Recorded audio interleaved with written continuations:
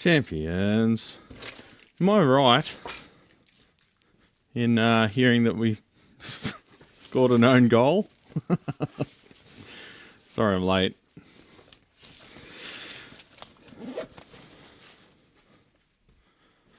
Trying to do 10 things at once as usual.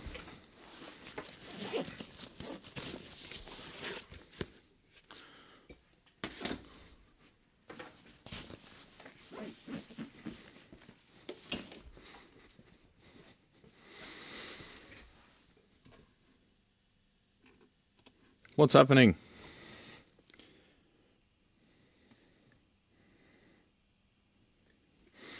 Come on, camera.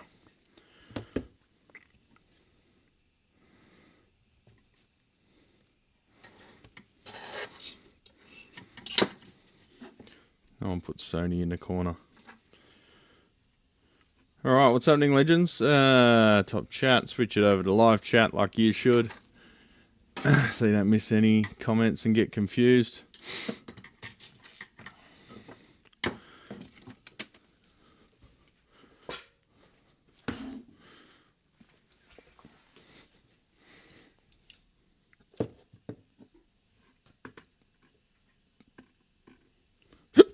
Hiccups right as I stream, fuck's sake.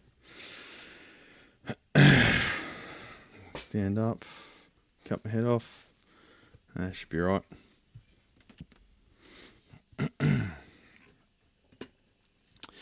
All right, Mark, Viking Way, what's happening? Greg Brown, Villy, Andrew, and Seppo Marks. How we going, legends? Looks like a bit of a smaller crew today. There is other shit going on, so that's somewhat understandable. Where's my coffee? Oh, there it is.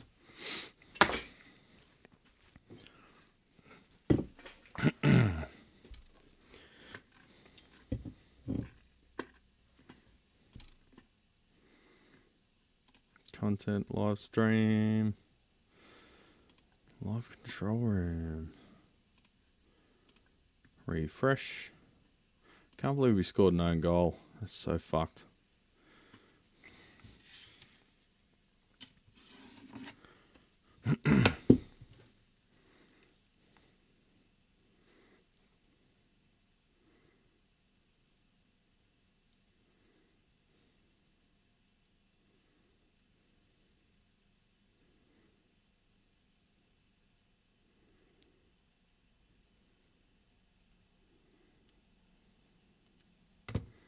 All right.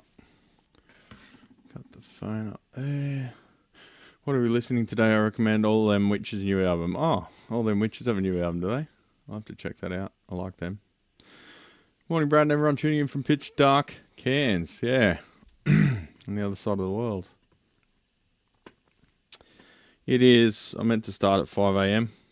It's about 15 minutes late, as you understand.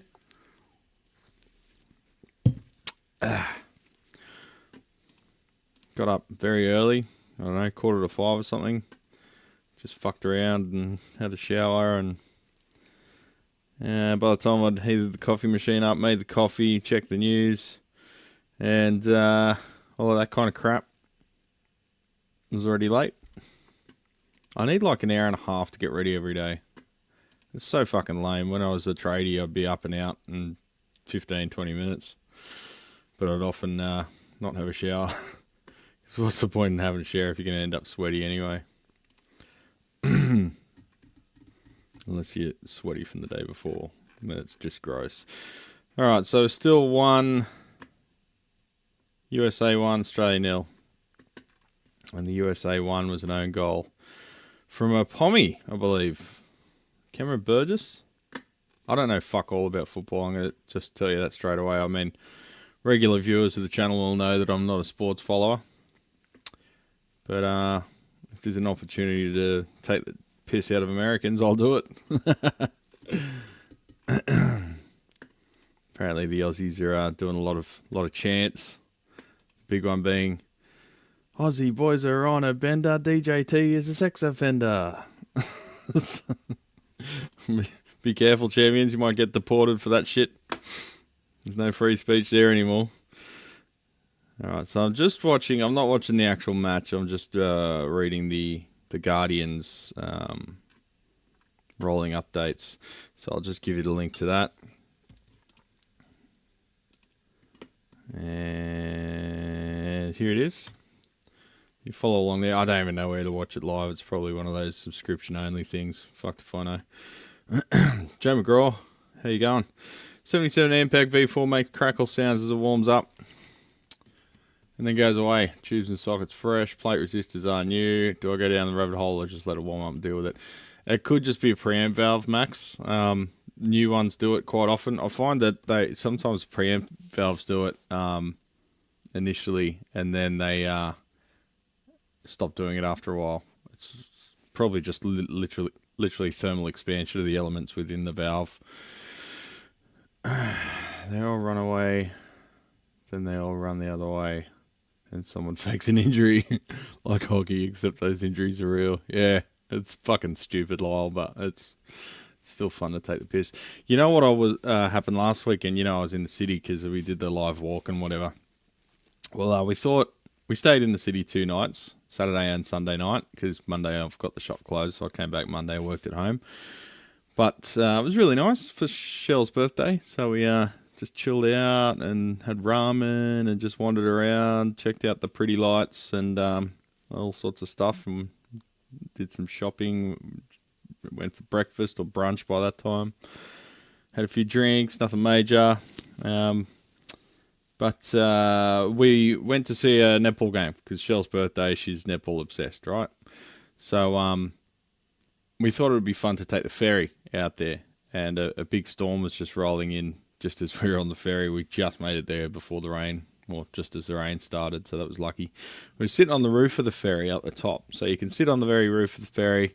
You have to remain seated, but you can sit there and watch the world go by. It's like a 45, maybe 50-minute ride, several stops on the ferry on the way around to Homebush Bay, which is where our Olympic Stadium is, and that was built for the 2000 Olympics in Sydney. Absolutely electric time to be in Sydney. It was so cool. The whole city was abuzz. Anyway, so we're on the roof and we're just pulling out a circular key. We're probably maybe 1 or 2 stops into the journey, and Australia scored a goal against Turkey because the game had just kicked off. We just watched the start of it in a bar when we had a quick beer before we got on the ferry, and the whole fucking city, you could hear the whole city cheer. It was such an eerie sound, an eerie feeling, being on a ferry and hearing the whole city erupt. I think we won against Turkey 2-0, I think, from memory. But what I hear through people that know a lot more than me is Australia kind of sucks. So I don't think we're going to win against the USA because you guys have infinite fucking money. So there is that. Just refresh. Still 1-0. Can't believe he scored an own goal. Fucking hell, that would... How do you come back from that? It'd be like the biggest embarrassment. Oh, well. I remain hopeful that my pre-built Magewell 12-inch Princeton will ship soon. Was just notified they're giving a free upgrade to Alnico as they are out of stock of the ceramic Anthem speakers. Who? Oh, directly from Magewell, was it? Seriously, soccer is the girliest of sports with all the fake carry-on. They should be able to outlaw that, but it's sort of part of the kayfabe sort of, it's the whole performance, I guess. I don't understand it, but these things are left to ferment in their little vat, and it just becomes how it is, For an outsider to see it, this doesn't make a hell of a lot of sense. Thanks, Lyle. I heard about the V4 solder joints for $300 V4. I'm just not... I think you mean sure. How far down the rabbit hole I want to go with it. It's working great as a base amp and as a spare. I have a V4 and does the same thing warming up. Yeah. I get that on a lot of amps. Just a bit of a crackle at startup. it seemed to happen on a lot of Fenders, and then this was fucking 10 years ago before I knew about the board leakage. And it was usually caused by the board leakage. But I've found that sometimes some brands of valve do it, some type of valves do it, individual valves can do it. And try switching the positions of the preamp valves and see if it changes. That might help you out. Shit, man, we were having dinner at a local Irish pub and they had Saudi Arabia versus Uruguay on all the TVs. No one scored during the entire hour. Yeah, it's pretty normal. It's, I don't know, to me it's just background noise. It's kind of cool. Alrighty then.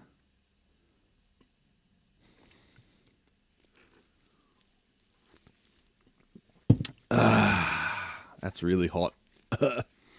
So I was brushing my teeth today, and I sort of, you know how you get those yawns that aren't really yawns? They're just like a sharp inhale, and you're like, you wish you could yawn, but it's not quite a yawn. You just sort of go like that.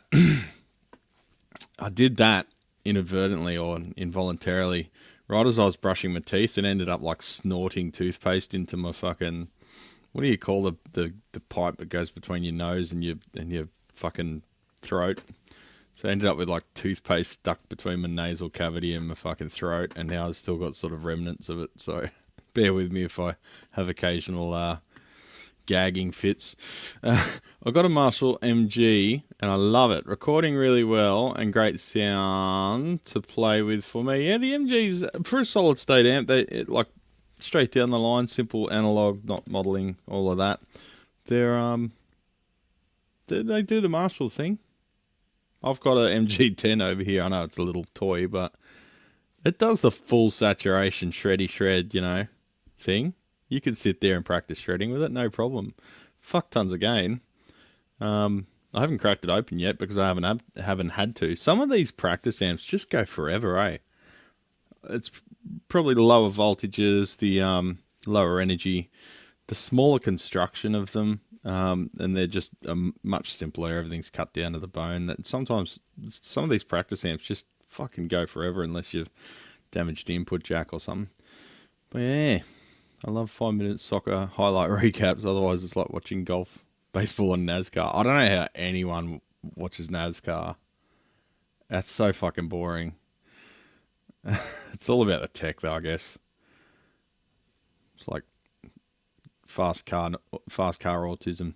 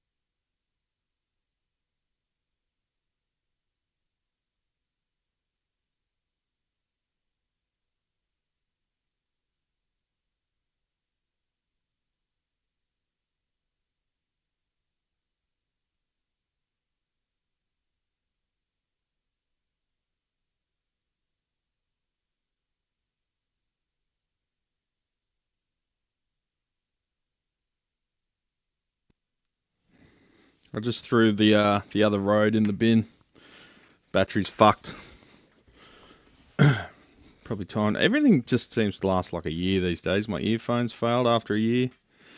A year and fucking 2 months. Audio Technica. They do copper hiding, however. Yeah, Mesa Triaxis. So one of the caps down there was a tantalum that was shorted. Shock horror. Replaced it with a V-Shay. That fixed that problem. So the thing with this is many different layered up problems, and the customer only brought it in when he actually lost signal on one of the modes. So yeah, people talk about how good messes sound when ultimately sometimes people don't even know that they're failing until there's just no signal. And then when you restore that no signal fault, you find all the other faults that are making it sound like arse. So, must it sound good? I don't know. If you can't tell if you've got one of the 15 volt rails getting dragged down to about half the rail voltage, I don't know if you know what good tone is.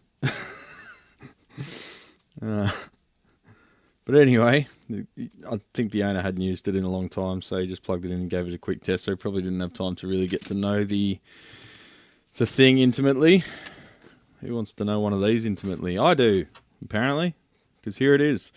So, initially the lead one red mode, no signal, or if you crank the gain up, you could get a tiny bit of signal, but it was really, like, it sounded horrible. It was like fuzzy distortion and being modulated by 100 hertz. So either we've got a regulator failure or we've got something dragging that rail down. However, it's not dragging that rail down via a short that's measurable when the thing's not energized. So either something's dragging that rail down when it's energized or that regulator's failing. So what I'm going to do, which is actually quite convenient in this one, they got some little links down here which may have been the motive behind putting them there, but they are just links at the moment. 1, 2.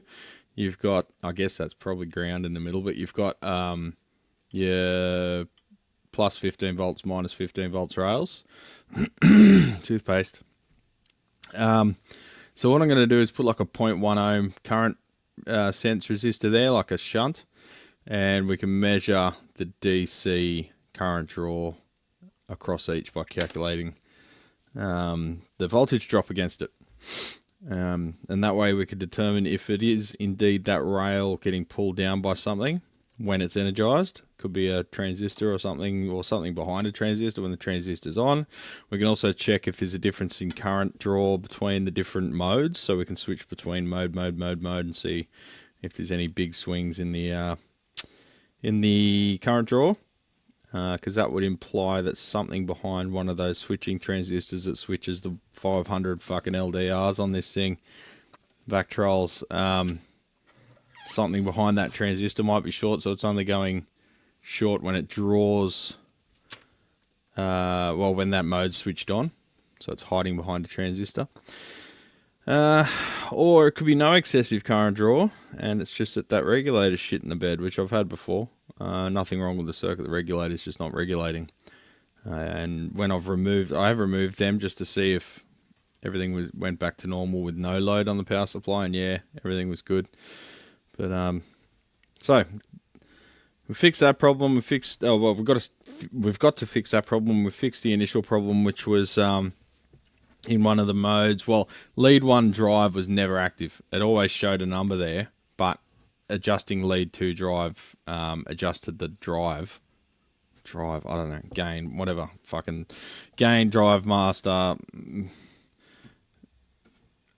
yeah, anyway, gain structure of Messer amps, it's a story within itself. But so lead 1 drive was never working. You could change the number, but nothing changed. Even in lead 1 modes, lead 2 drive was the one that was doing the job. And that was because, well, I can't tell you what capacitor it is, because Messer being a bunch of fucking retards, put all the component numbers under the component so you can't read them. C426 or some shit, I don't know, I can't remember. But whatever it was not allowing the 2 different sets of LDRs to change. So it was always on lead 2. So we fixed that up. That's working now. But yeah, we've got that other issue. It could be multiple issues. I'm a little bit sus on. Someone's put a resistor. It could have been Messer, mind you. Someone's put a resistor. It looks like a dropper in there, and they've pulled from that. I don't know if that's for the heaters. There has been a modification there with a 5 watt resistor. Excuse me. Toothpaste. So, still work to do on that one. It's going to be a time sink. And if I've got to remove all those boards, which I hope I don't, it's going to be a massive time sink. Oh, you know what? I just spotted something. Literally just then. There's an overheated resistor down there. Can I read the code? 890. R890. Let's have a look.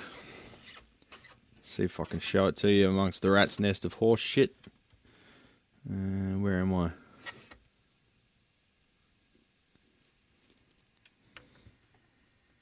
Focused on IC3. Oh, that's up there. Okay. Down there. You can't see because there's a mountain of Vactrol right next to it. But that resistor down there is a bit discolored. So, a clue. So, the next issue with messes is the schematics are usually either unreadable, completely wrong, or intentionally wrong to mislead people. I don't know if they've got another set of schematics in-house. I doubt it. I've worked for companies like Messer that do everything by the fly by the seat of their pants. So I reckon that their shitty schematics, they probably are actually working from them. And it just never gets updated. So let's have a look and see. So that's near one of the LDRs. I can't tell which one it is. So resistor 8R890. Let's go down to the switching circuit logic. There we go. Can't really read it. That's the other issue with them. They've been copied 1,500 times. Oh, what the fuck's that number? 881? I don't know. 180? I don't know. Everything looks like an 8. R662 maybe?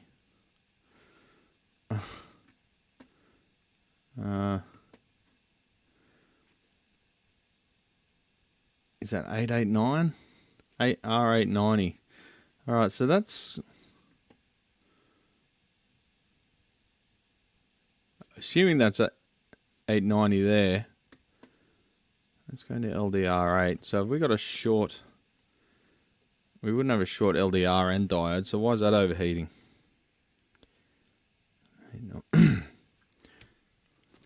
I have diode tested all the...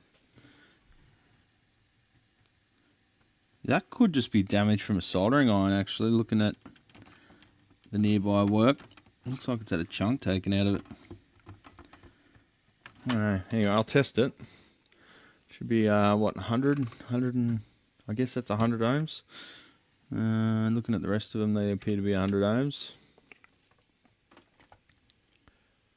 It's 100 ohms. So I think that's a bit of a red herring, but we'll change that anyway because it doesn't look great. But yeah, point being, more work to be done, more diagnosis to be done, more hours to be burned on that one. Yay! Morning, Brad. Up early baking Swedish banana bread with walnuts and chilling out to BGG and all the chats. Michelle might be making banana bread this weekend. 5150 is relatively easy to fortify, or would it require so much work that aren't worth messing with? 5150s, there's like fucking 20 different amps that are very different from each other, so I don't know which one. I assume you're talking about one of the original style ones. I know some people hate them. I don't hate them that much. I think the amount of gain on tap's kind of crazy, like ridiculous, way over the top. But where was I going? Someone just commented and I completely lost track of what I was talking about. Oh yeah, 5150. So they require a bit of just taking all the connectors apart, cleaning all the pins, very light on the solder joints. The DC heater supply overheats, needs replacing. The caps are getting probably, if it's an older one, to the point where they need replacing. Look, I don't think they're that bad, but they do a lot of dumb shit, which is relatively easy to fix. The other thing is the connectors for the AC heaters like to overheat, so just hard solder them or just take it directly from the transformer to the output valves and then bring it back to the preamp valves from there. New starter cap for my AC blower motor arrived, measures 10 microfarad. Gonna install it now. Yeah, AC starter caps are I reckon I've replaced probably a dozen of them in people's bits and pieces, pool pumps, bloody all sorts of stuff. Air compressors is another one that they love to fail on because they use the cheapest of the cheap. What else we got? Alright, so Fryette power station. The parts came in for that. So I'm going to finish that one off. Drop them on the fucking floor because I'm a dickhead. Turn on the sold air. How's the score? We got any updates? Nope.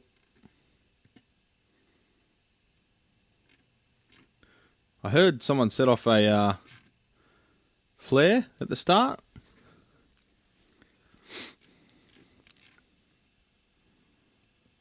Let me scroll back in the news.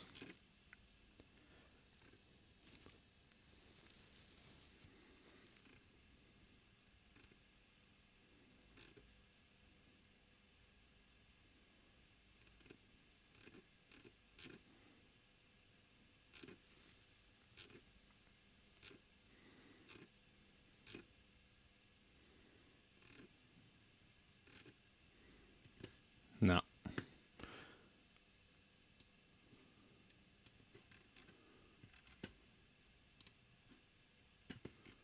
Anyway, I'm just, oh, hang on. Wait. No goal. Des blasted a shot from 22 yards out. Freeman ran onto the deflection and headed it in. The 2 US players in an offside position, but Freeman wasn't one of them. Ah, what? They scored again? Fuck's sake. Well. Yeah, octal heaters nuke the ribbon cable. Yes, they do.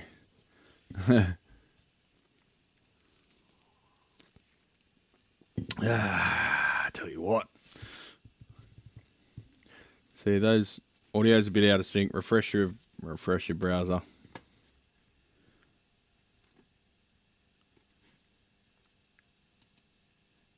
Oh, yeah, because those motor start caps are AC electrolytics back to back, I guess.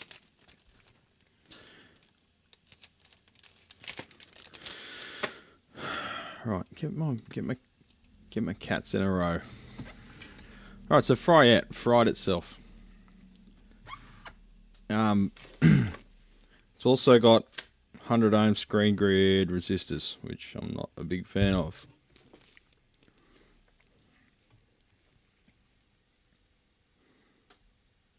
Currently within tolerance. I think I'll up them to 1K. I mean, the premise of these things is you're not really pushing the output stage that hard, but still. 2-0, yeah.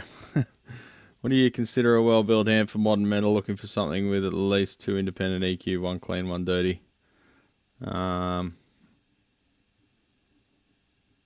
It's not many, to be honest. Probably a Friedman, or some of the angles are okay, but you'll need to do work to them because do they even make amps anymore? I don't know. Bogners can be okay, but they do some weird shit and use some parts. Look, nothing's perfect. It's like, I was talking to a customer about this yesterday. People always ask me, what amp am I going to be able to buy and just not have to service or ever worry about? Well, it's like saying, what car can I buy and never have to service and never worry about it and it'll just last forever? There's no such car exists. So you're going to have to put some level of maintenance into it. I know that's not what you're asking. You're just asking what's a well-built one. So in that case, probably go a Bogner or maybe an Uberschall or a... I'm not a big fan of the Uberschall's clean channel. I think it sounds pretty bloody terrible, to be honest. Head first to Friedman, yeah, what Lyle said, what Joe said, sorry. I'm looking at my screen from a mile away. Some angles. Some of the... If you find one second hand, it's going to be a lot harder to find. A lot of them are European amps, basically. Stay away from diesel. They're fucking stupid. The VH4 is one of the stupidest amps I've ever seen from a construction point of view. I don't give a fuck what anyone has to say about that opinion. It's my opinion, based on fact, based on reality. People are religious for diesel. I don't get why. They're some of the stupidest construction techniques I've ever seen in my life. Let's make a circuit board really high quality circuit board, and then let's fly all the parts above it and not touching the circuit board. What the fuck, man? Anyway, Hot Rod and Marshall, yeah, 2204, 2203 with some mods can be an absolute fucking metal beast. I do them quite often for people, and they're always quite impressed with what you can turn a stock amp into with a handful of components and no real topology changes. Look, 5150s are okay. You've got to do a bit of work to them. Once you do it, they're pretty solid. I've got guys that gig with them. They're just fucking massive for what they are. Like the size of the heads are heaps deep. They're just huge units. But yeah, even the orange rock reverb is a great one. You don't have independent EQ per channel though, which you have said you need.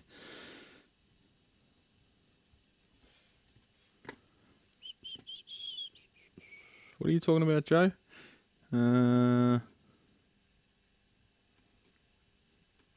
Oh, you're talking about the AC caps, right. I've owned the same two Marshalls since 1984 and I have rebuilt them twice. Is that just you rebuilt them for fun or like if they literally needed rebuilding? I bought a Headfirst Alta P1 preamp and it's amazing. Yeah, have you used the IR output yet, Joe? Because he did that. He didn't actually make that module. He used, was it 2 notes? License out a board or something, a module. Maybe that's what I want to do. Maybe I want to figure out DSP programming and impulse response modeling. Maybe that's my next project.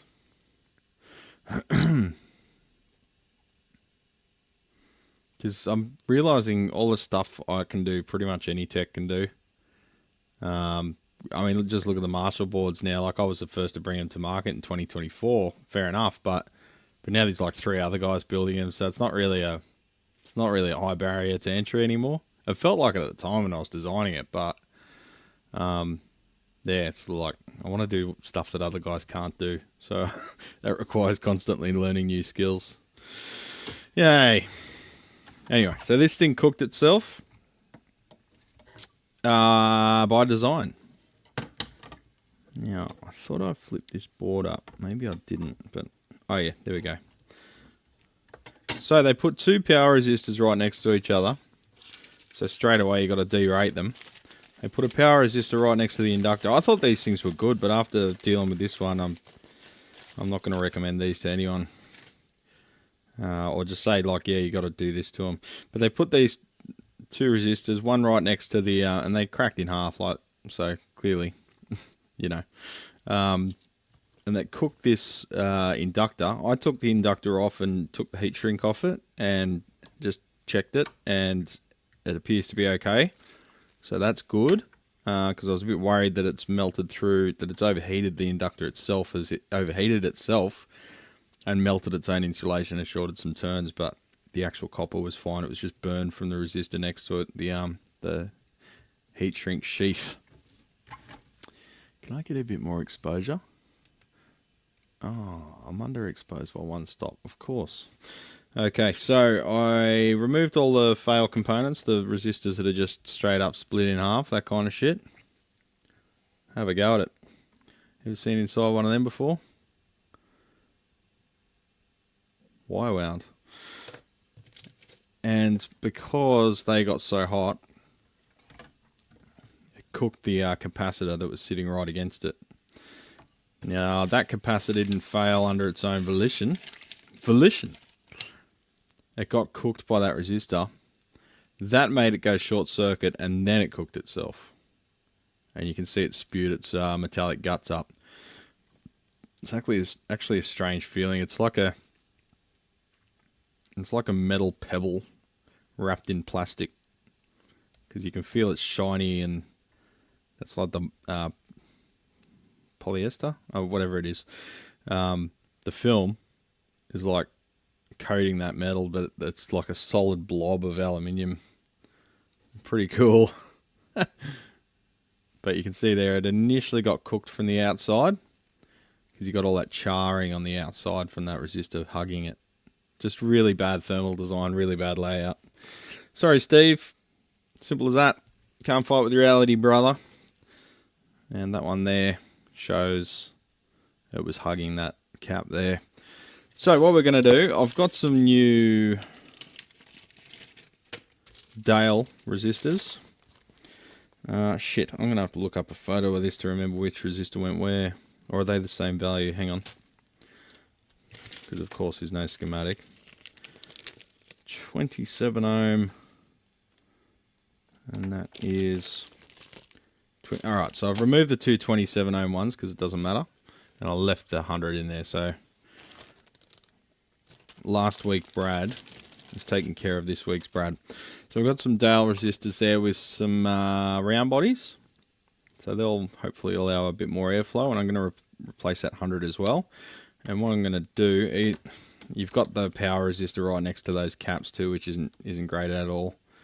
I'm probably going to put a bit more silicon under that to try and get it away from that resistor. And just put a bead down there. And can't do much about the position of those caps. Can't put them on the other side of the board because there's another board sandwiching it in. This whole thing should have been like 4 inches wider, and it would have been fine. The fact that they're trying to make everything super compact is part of the problem. You end up with these super constrained designs, and the heat's got nowhere to go.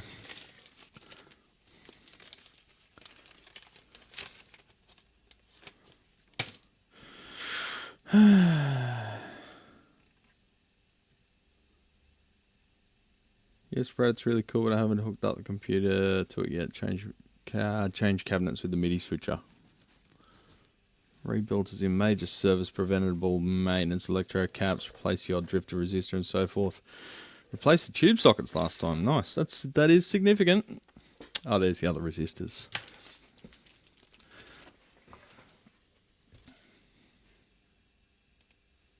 So what I am going to do is mount these resistors, push them away a bit, like lean it over to the footprint where that cap was. And I'm going to put the new cap on the other side of the board where it's away from all the hot resistors. And we might have to fold it, yeah, we'll have to fold it over sideways because those standoffs are only about 12 mil. Oh, I hate it when they tape the Ziploc bags. Make sure, yeah, BE100 will do the job. Bloody oath. When you say use pedals and EQ to tighten it up, what do you mean? It's already a tight ass amp. I'm not a fan of the SLO tone. Come on, Socceroos, yeah, we're not doing too well. 2-0. With an own goal. There's going to be a lot of depressed drunk people today.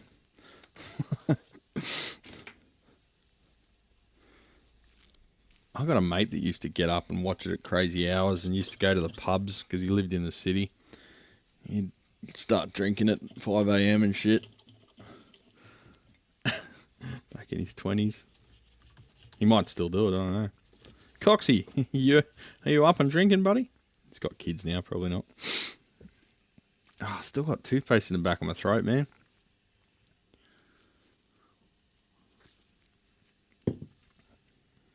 Shit, I think I need a new blower motor. We'll take it out in a bit. Too hot right now. Damn, what temperature is it there, Law? As you can see, it's still shorts and t-shirt weather here. It's the middle of winter, and it was 24 Celsius yesterday. Fucking, yeah, climate change. It's comfortable in winter, but motherfucker in summer, isn't it? In it.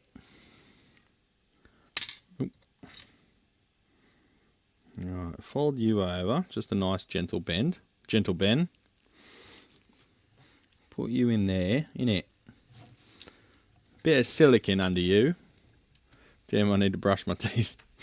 I don't know if you hear earlier, Giletto, from the story of me accidentally snorting toothpaste today. I understand that sounds pretty wild as a non sequitur. Alright, silicon. I just use bloody roof and gutter silicon, mate. It's fine. As long as it's neutral cure, translucent. But what happens is the tips get blocked up, no matter if you plug them or not.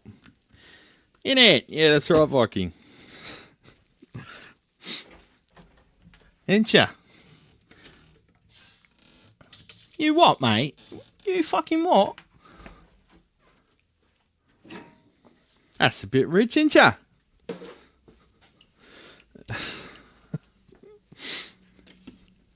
Is my mic distorting? I think it is.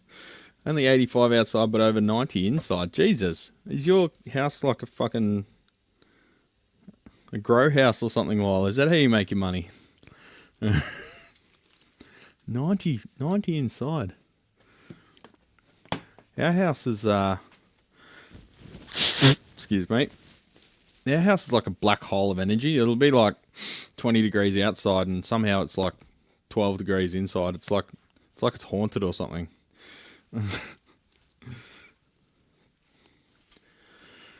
Snorting toothpaste. Yeah, it's not fun. It's not as fun as it sounds. I'll give it that much. Alright, get the air compressor. Point the silicon nozzle in the bin. And blow its guts out.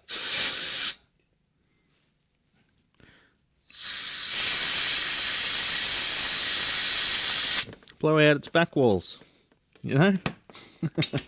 Blow its back out. Gotta go. You always gotta go, Lyle. Fuck off. Love you, mate. Enjoy the heat.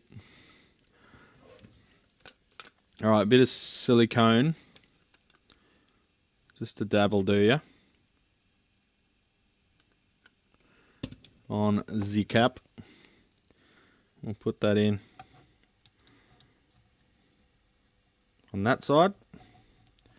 She'll be nice and happy away from those hot resistors. Got the soldering iron hot and heavy, yep.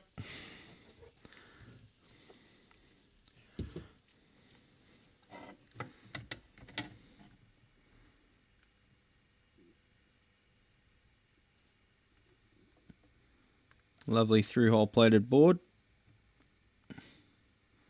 Scores points there, that's cool. And cut off the leads. Where's he going, brother? Just watching Australia lose at football. Football!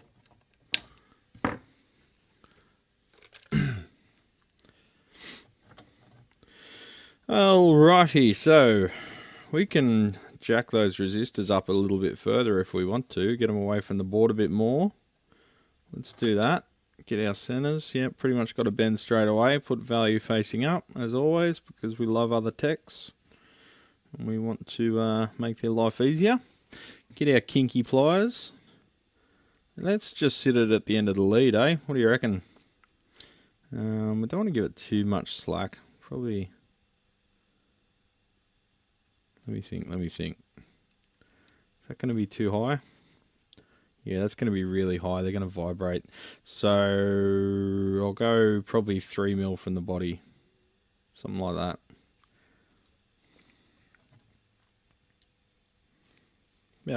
About an eighth of an inch from the body. With the kinky pliers. Mount you as thusly. Still soldering that pad.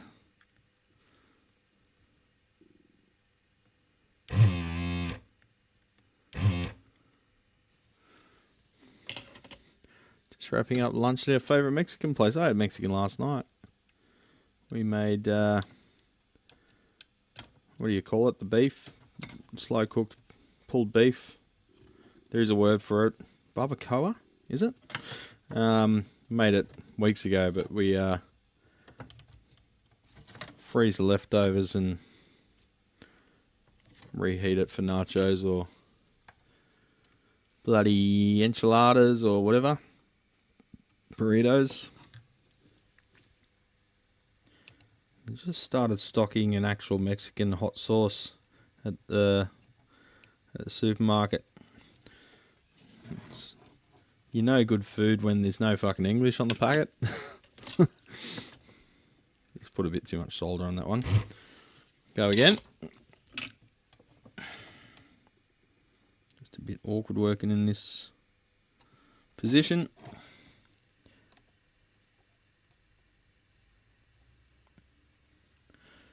Hunky dory.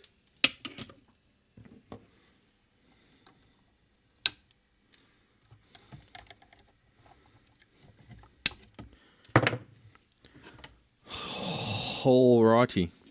Don't forget to smash that like. Don't smash the like button, because then the next person won't be able to press it. It'll be broken. Just gently press it. Lovingly press it. Press it with your tongue. You can taste that like. Try not to burn any fucking leads. It's not the most ergonomic position at the moment.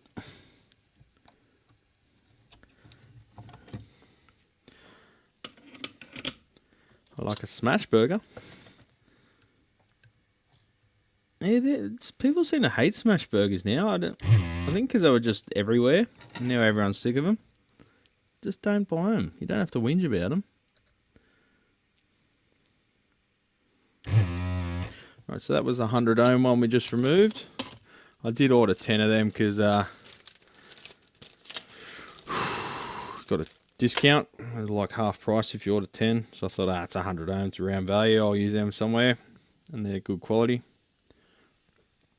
It was like, I don't know, $30 if you want 3 of them, or 1 of them. No. It was like $16 if I wanted 1 of them or something. And it was like $45 if I wanted 10 of them. So I just said, fuck it, I'll get 10 of them. Pete, how you going, brother? What's happening?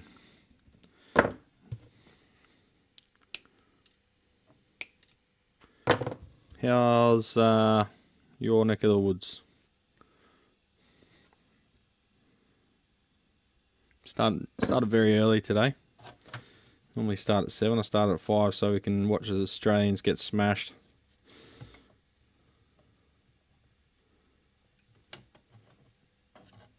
At Soccer. Foosball.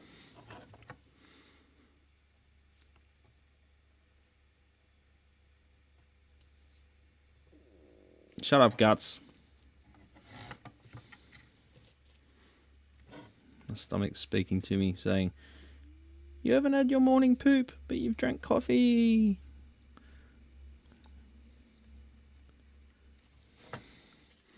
Up at Sparrow's fart. It's going to be more than that. There'll be a Sparrow's follow through if I keep drinking fucking double shots. Alright, so I think that will control. That's a little bit better thermally. I mean, they could have done that in the factory. There's no reason they couldn't have. Really, is there? Other than being more difficult and requiring some degree of skill. So we'll put that other resistor on, which is another 27 ohm. And before I do that, I'll just get a bit of silicon under that inductor.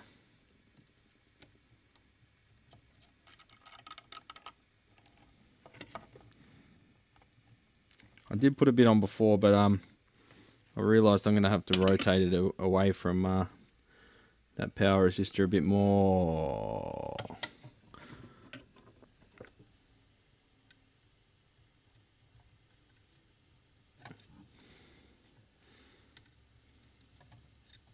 So let's do that. Cold Acre, what's going on? Dad, how you going? You're up early.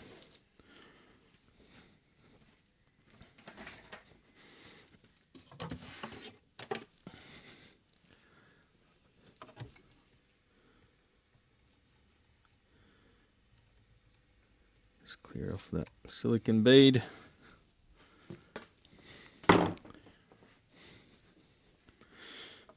Put on a new one.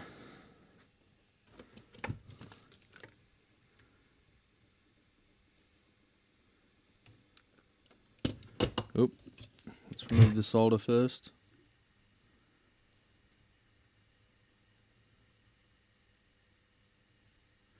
Why isn't that melting? Melt, you fuckhead.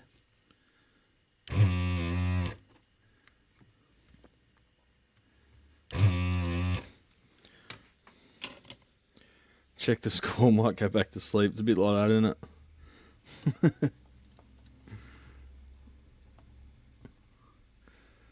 Fucking Americans.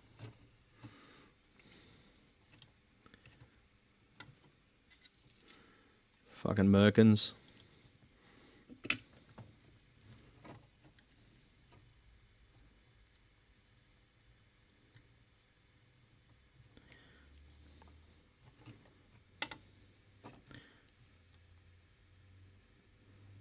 So I got a message from CE, or an email from CE Distribution. Apparently they sold a half dozen of the FYM boards on the first day that they were listed, so that's good.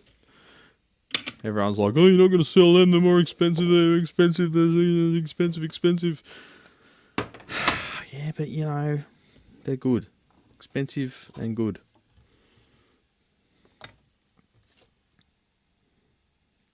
Another 27 ohmer.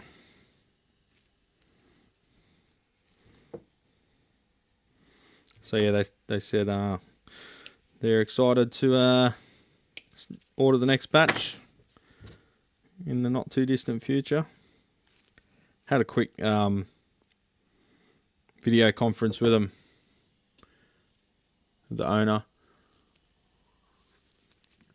the two owners. I think they're a. Well, I don't think, I know they're a husband and wife duo. It's cool that they're like, yeah, like it's still a family-owned company, and they were trying to get the tariffs down a bit because nobody knows fuck all about fuck all, so everyone's just charging arbitrary amounts. So they sent me an email asking for me to determine and let them know what the percentage of copper, aluminium, steel, all these different metals were by weight per unit, and it had to be divided up by the country of origin, and the technical term for that is melt and pour, where the metal was like fucking turned into the sheet stock or the wire to make the fucking leads for the component. Fucked if I know. And you got to feel bad for them because they're getting asked this fucking horse shit because there's just arbitrary laws being brought in that don't make sense, and just bureaucracy everywhere, and fucking just utter horse shit. And I said, look guys, I've got no way of determining that. I could tell you the board, like I can probably calculate the surface area in like the circuit boards using KiCad. Viking, thanks for the Swedish krona. Thanks, mate. That's a coffee in that. Just wanted to support the Aussie because Aussie causing this hard time. Yeah, the soccer, the footy. Drown my sorrows with caffeine. Speaking of that, I might be doing Dry July again this year. I'm just trying to think of ways to make it entertaining and try and raise money. But I don't know, I was thinking about not doing it for a while, and I probably should though. Try and raise money for victims of cancer and try and make their life a bit easier and more comfortable. What have I got left over? So that's the 100 ohms. Is that 100 ohms? 27 ohms. I'll just put them in this bag.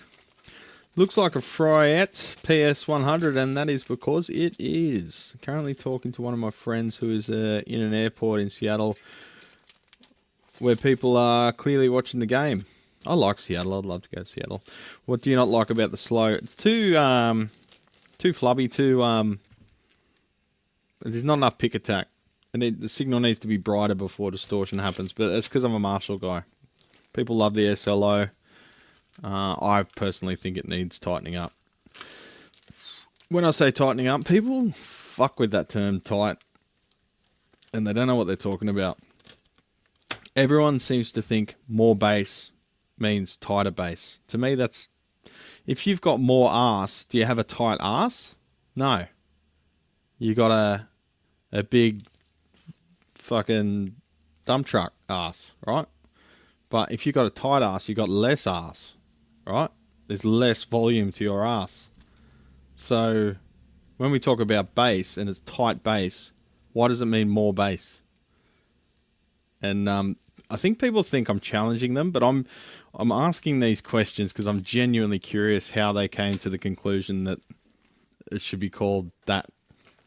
Like sometimes when people, like the other big one is all guitarists talk about their output jack and they call it an input jack. And I ask everyone, I literally every single person, the BE100 is tighter than the SLO. Yes, it is. Absolutely. And you can modify it to be better. You're doing the push-up challenge for Lifeline. Today's target is 208. Legendary, Pete. Send me the link. Is there a way to donate to that? Because I want to. I remember the push-up challenges during COVID. It was like a viral thing. Great analogy. Yeah, mate, analogies is where I shine. That's where I'm a Viking. Right, Viking? So yeah, input and output jack.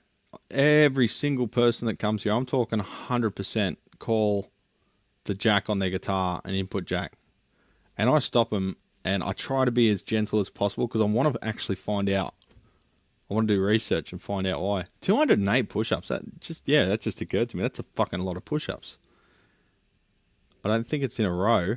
Is it in a row? I don't know. Pete could be like a fucking He-Man. Hang on, I'll make you a moderator, Pete, and then you can put up a link. Add as moderator. Standard moderator. There you go. Now you can post links. Everyone go and donate to Pete and watch his arms turn into fucking tree trunks. That's fantastic. Yeah, so I ask everyone genuinely, I'm just really curious why you call it an input jack, and the general consensus is it's because you plug your jack into it. Like, well then, isn't every jack an input jack then? Because but then you pull your jack out of it again. So then, does that become an output jack when you pull the plug out? I don't know. The secret to tight tone is to cut out more bass than a fishing convention before sending it back into the tube amp. So, is that Isterpuck or Ulsterpuck? The Viking Brad. Well, I do have the beard for it. The chosen one. So I did that. I showed you on the last live stream. Well, the last live stream here anyway. The last live stream was in the city walking around and having fun. I used like I think it was a 1 nanofarad coupling cap from the first to the second stage in that. And that made the pick attack so clear. It was almost like Appetite for Destruction type tone. Because you sucked all that bass out of the signal before you distorted it. Because distortion brings back harmonics, but it also brings back subharmonics. So you end up with bass frequencies that didn't exist in the original signal. So if you start distorting a signal that's already got too much bass, you end up with almost like a synthesizer wave folder. It ends up a really horrible distortion. And you lose all that attack, all that note definition, all that pick attack. You lose the aggression to the sound and it just becomes a big fuzz. Sometimes that's what I feel like SLOs are. And because rectifiers, triple Rex, dual Rex, whatever, they're just a direct copy of a SLO pretty much. Because Randall was a patent troll and a rip-off artist. They, by extension, have similar tones, so I just call them guitar jacks and amp jacks. I just call them jacks. But yeah, everyone calls it an input jack on their guitar, and I'm like, yeah, but it's where the signal comes out. And they're like, oh, I never thought about it that way. I just thought that's where you plug in, so it's an input jack. I'm like, okay, okay. Sometimes you regret asking these questions, but. All right, so I can reinstall all of that hubbaloo, and move on to something else. So that sits inverted. Oh, yeah, let's cut those leads off first, before I forget. Push-up challenge. There we go.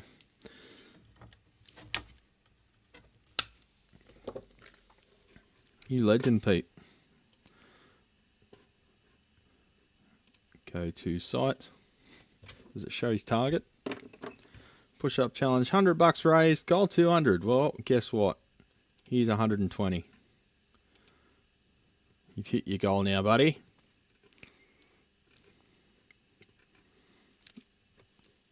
Organisation. Brad's Guitar Garage. Of course I want to get credit. Here's to having arms like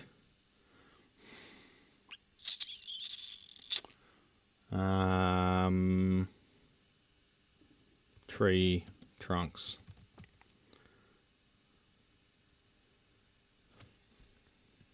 Here's to having arms thicker than zoo glass.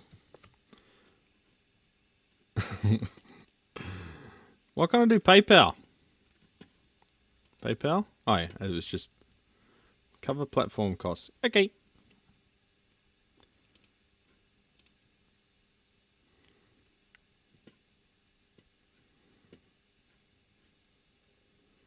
Just waiting for it to process. Ooh, PayPal balance. Someone must have bought something last night.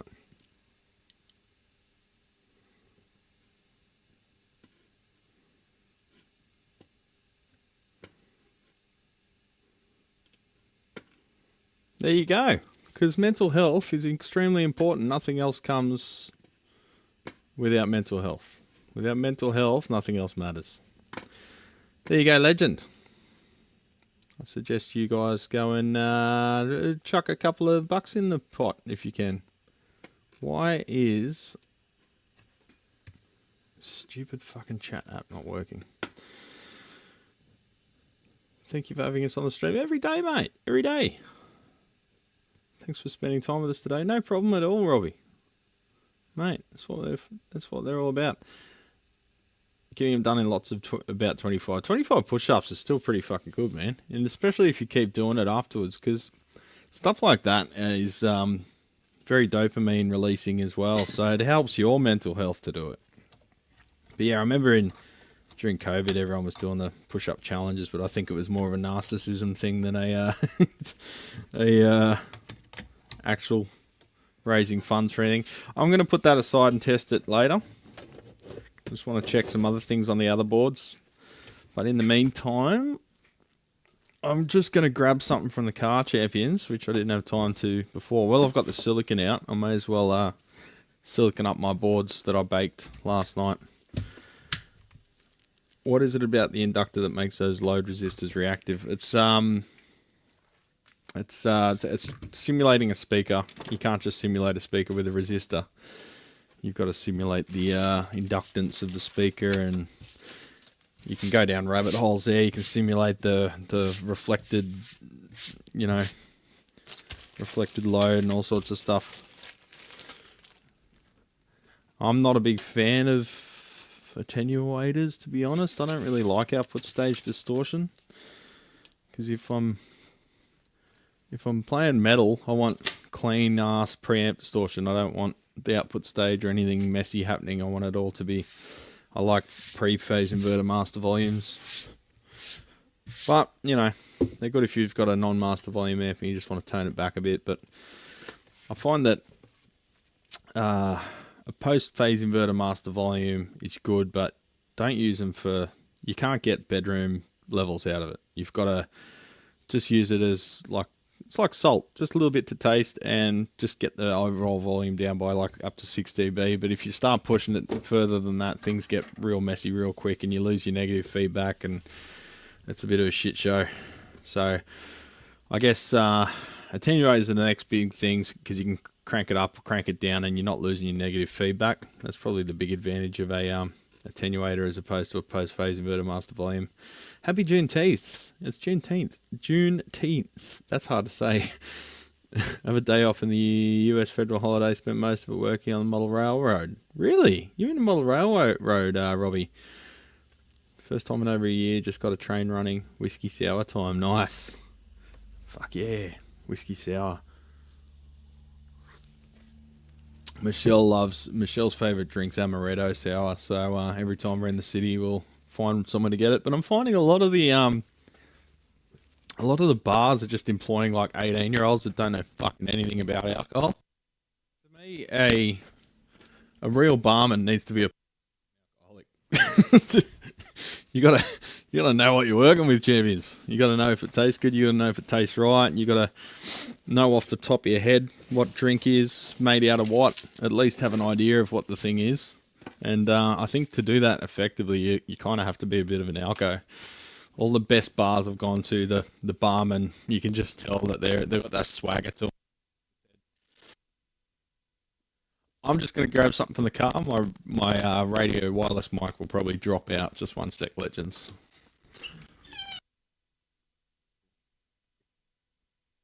Yeah. 1 degrees.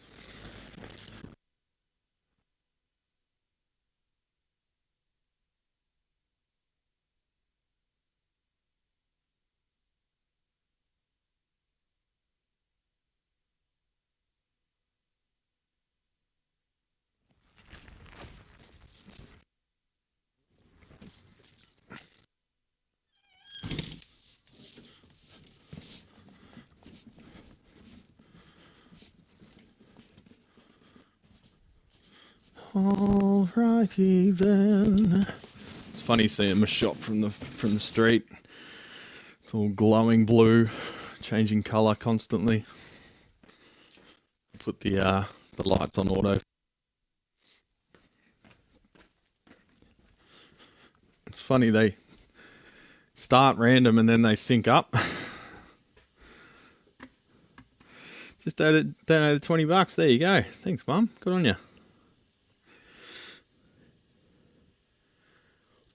Pardon me.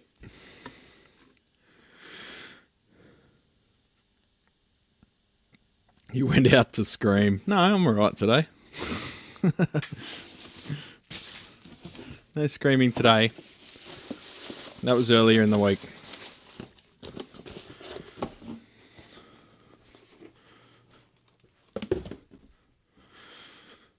Alright, let's do some boring siliconing. So I washed, ultrasonically cleaned the boards, the latest batch of boards yesterday. And after I do that, see that there's no flux on them. So I use a chemical called Electrolube. Oh god, I've forgotten. E something. E-wash. I can't remember what the friggin' Electrolube. Every one of their products is a 3-letter acronym. No, SWAS. Safe Wash. 4-letter acronym. I don't want that chair. That can go away. So I use Electrolube SWAS. I think I diluted it only to bring the level up, so it's probably like 80% concentration. And I heat that to 50 degrees centigrade, Celsius, and hit it for 15 minutes in the ultrasonic per pair of boards, so I can fit 2 boards in there at once. Then I rinse them under tap water, and then I soak and rinse them under demineralized water, or distilled water, demineralized in this case. And then I set them up to just air dry for, I don't know, an hour or so, just to drip dry, get the majority off, and then I put them in literally my kitchen oven overnight at like 45 to 50 degrees Celsius, and that just gets every last little bit of moisture out of the boards, and they're in there for like a good 12 hours. And I've got it temperature controlled, and once I've done that, I silicon the moving parts, no, the tall parts, the big parts, and then I visually inspect them one by one and then test them in an actual amp.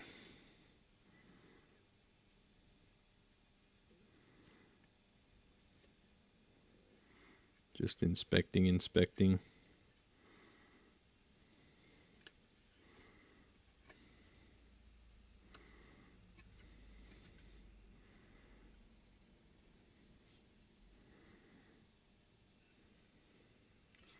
So on the board, on the tall caps, see there's just a tiny gap between them. There's a little bit of movement there, but not much. Everything's pushed down against the board pretty hard.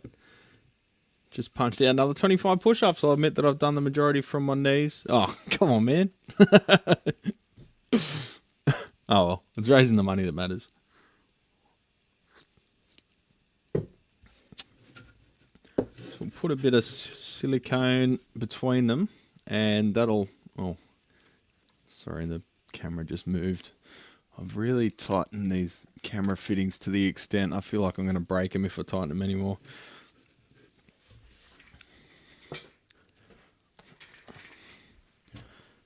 And we'll set them aside to cure.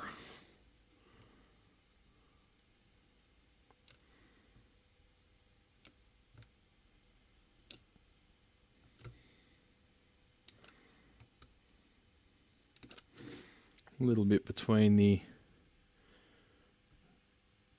ceramics and their associated electrolytics, because they rattle.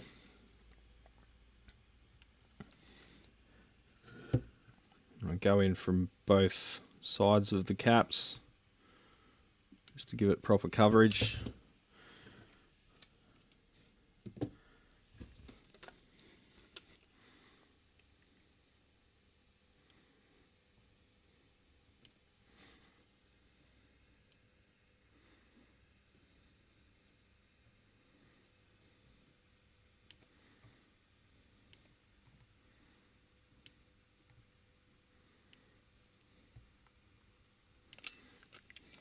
Ah, dripped it onto the table. Then I'll set them aside to cure. See if I can get a better camera angle for you.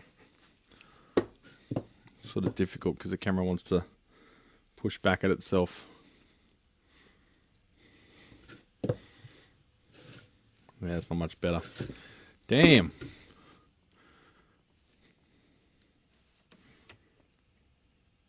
Now I've messed up my camera angle.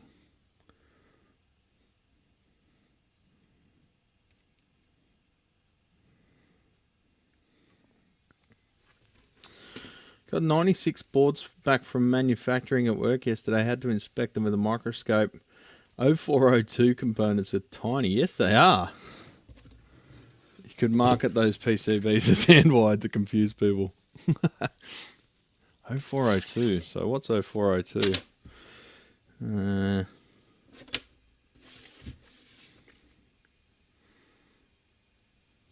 So you are soldering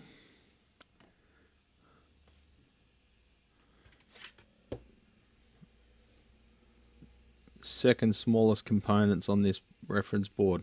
Those ones. No, 201 down the bottom. So this is the standard American recognized, and then that's the metric, but everyone refers to this. So most audio stuff, is about 0603 is about as small as you're going to find in most pro audio. The most common being like 0805 or 1206, and then 2512 you'll find in like the rectifiers and that. But point-to-point orange drop. Yeah, just piggyback the leads onto those pads, eh? And you might lose a bit of scale. Here's my pinky fingernail compared to 0402. Literally a bee's dick. But yeah, when we went to Electronex, we talked about that, I think, a couple of streams ago. But they had the Neoden pick and place, and that was doing... I'm not sure what size it was doing, but it was just putting LEDs on boards. It was really cool to watch it go. It's slow as a wet week compared to the the production machines that make fucking iPhones and shit, but still pretty cool to have on your benchtop for like $6 grand. Still wouldn't be using them for production, but for prototyping they'd be fantastic. Prototyping, small runs, custom runs, awesome, but mass production, no awesome. You really got no choice but to outsource to the big boys' toys for that kind of gear. What are you making though? That's my biggest question. 96 boards. It's an odd number.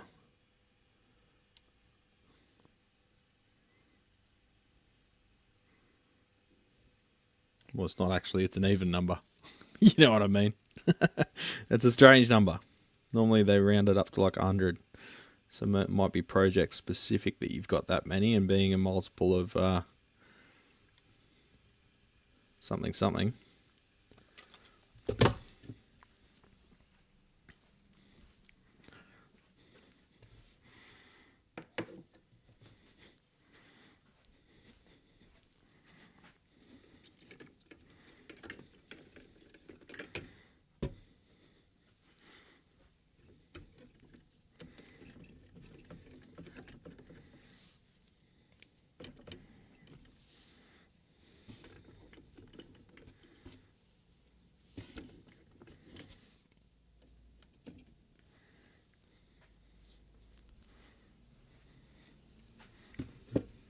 Home automation stuff. Run of 96 boards was a test batch. Quite a test. I only do batches of like 30 boards at once, but these are pretty massive. And certainly not automated. So is Australia lost yet? I assume so.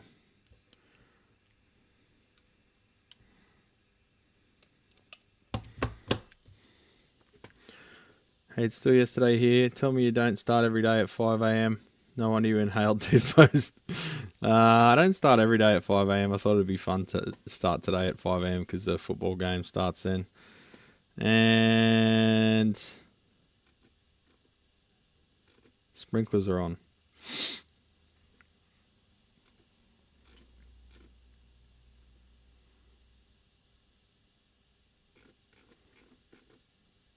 Game's not over yet.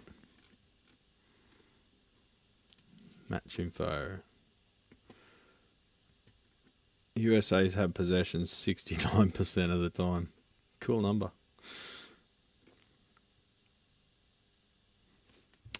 Ah, well. Can't be good at everything, eh?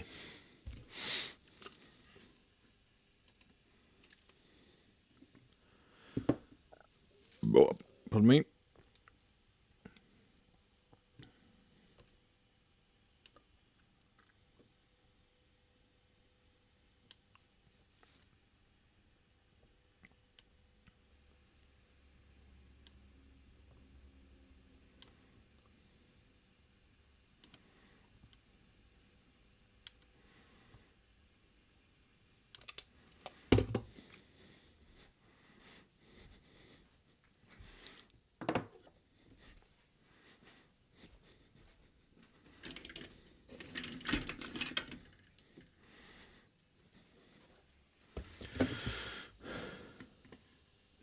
Saw your post of your love for orange amps, Brad. I had a quick look at mate's AD32C 2 years ago and found all the pots. All the pots all had high voltages in it. What? One pot got knocked and the amp went boomski. What? Well, that means something's failed upstream, Pete. That's not that's not normal. AD30 on the pot shells. Yeah, that's a failure, man. It's not supposed to have that.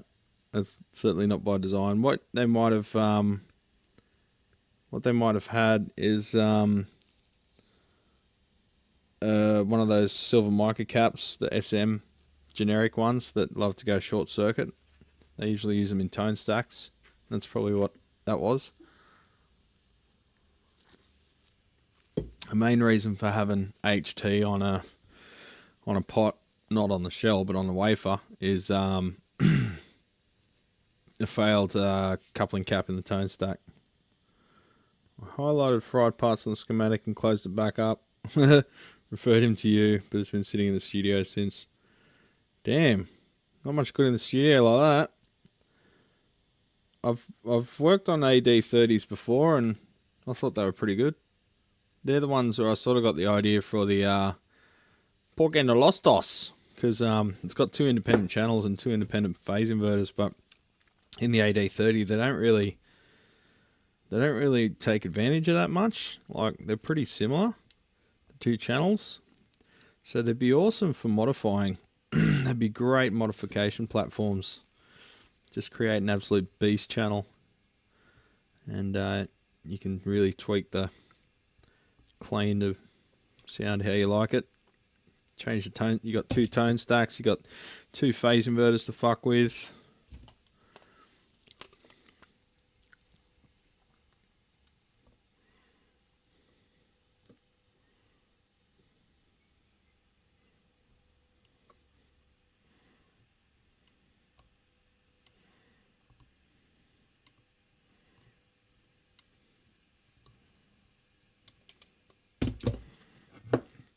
Just squash those little ceramic resistors over. I had one the other day where I went to put the connector in. Realised the cap was in the way. The ceramic. I said ceramic resistor, didn't I? Man, I misspeak on video so much. Ceramic capacitor was in the way of that connector. I had to shove it over, but the silicon had already hardened, so just got to be aware of that.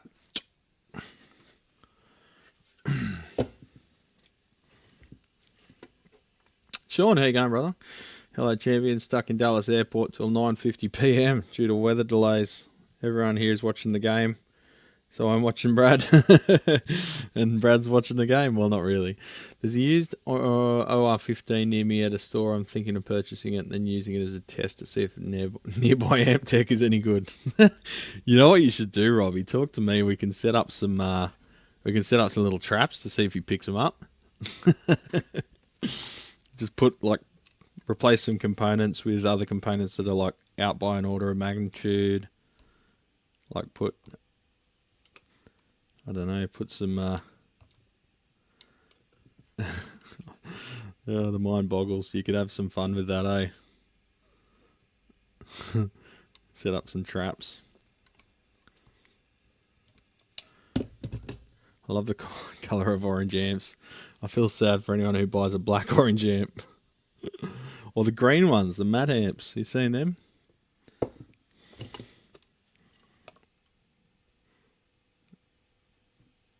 There's another brand of amp called Hovercraft that rips off orange. There's a whole bunch of orange rip-off brands. I'm not sure of the genesis of them, but some are good, some are shit. Just like everything in life. Don't believe the hype.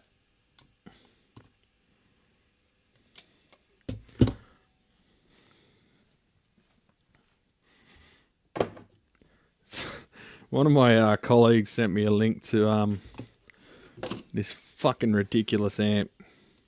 Let me find it. You'll have a good laugh over it. It's literally the worst looking amp I've ever seen.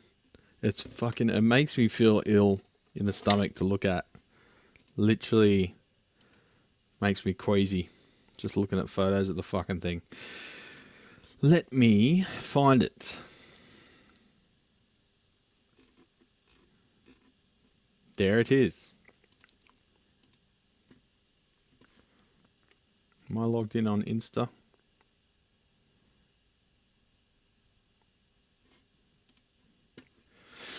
Pardon me. Come on, Instagram, you can do it. Look at this fucking lunatic.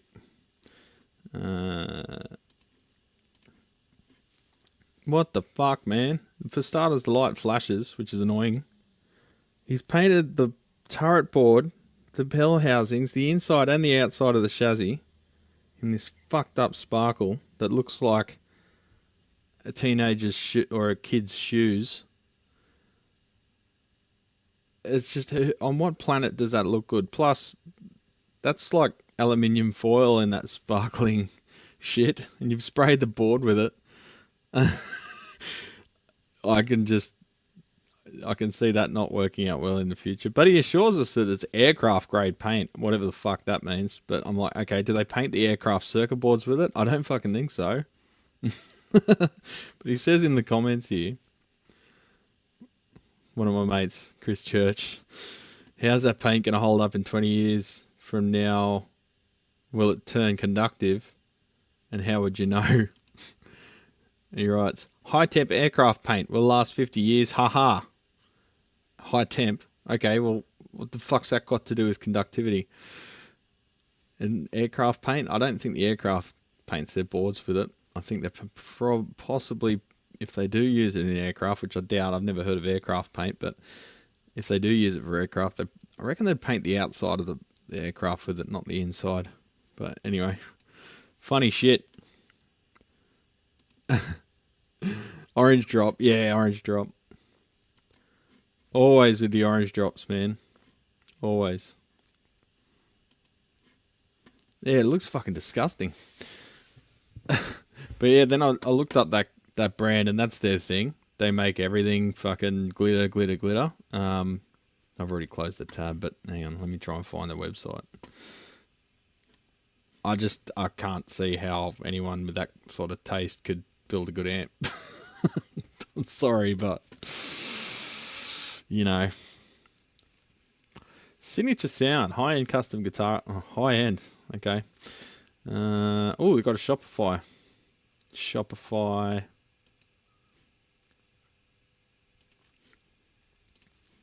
Alright, so I don't know if they've got licensing from Dumble, but they're fucking Dumble heavy on all their Dumble. They're my God, man.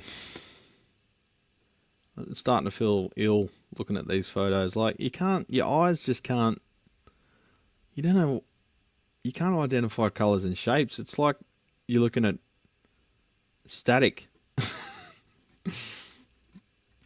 I don't know. To me, glitter just looks fucking cheap.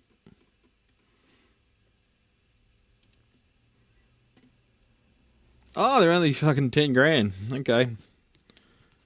Hand-wired D style.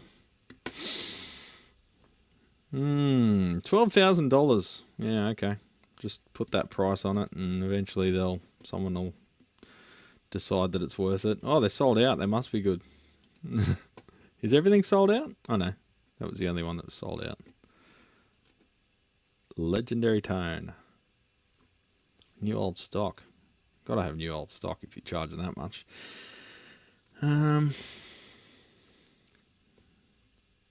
Shimmering cleans, responsiveness, harmonically rich overdrive and reverb. Okay. Built for performance. Yeah. Collectors. Collect them all, champions. How much money you got? Anyway, 9,500. What's that in Australian dollars? That's like fucking $14,000 for one amp.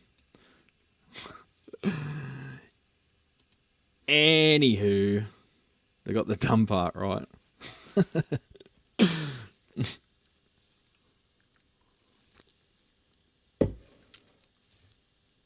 I can't get over the big sparkles, eh? Sparkle, sparkle!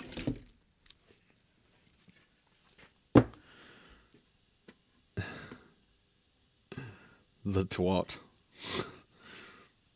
Yeah, I mean, I could see them being played at Mardi Gras. That's sort of the one place they'd really shine.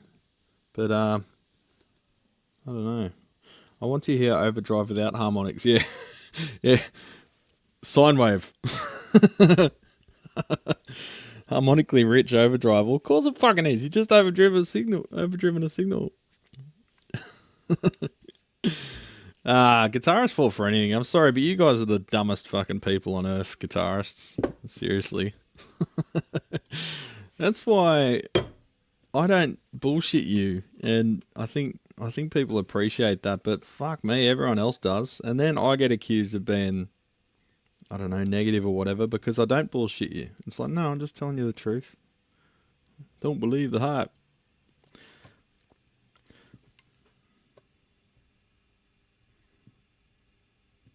No, you just don't have golden ears. You can't hear the difference between a fucking orange drop and a gold lion. Yeah, righto, whatever.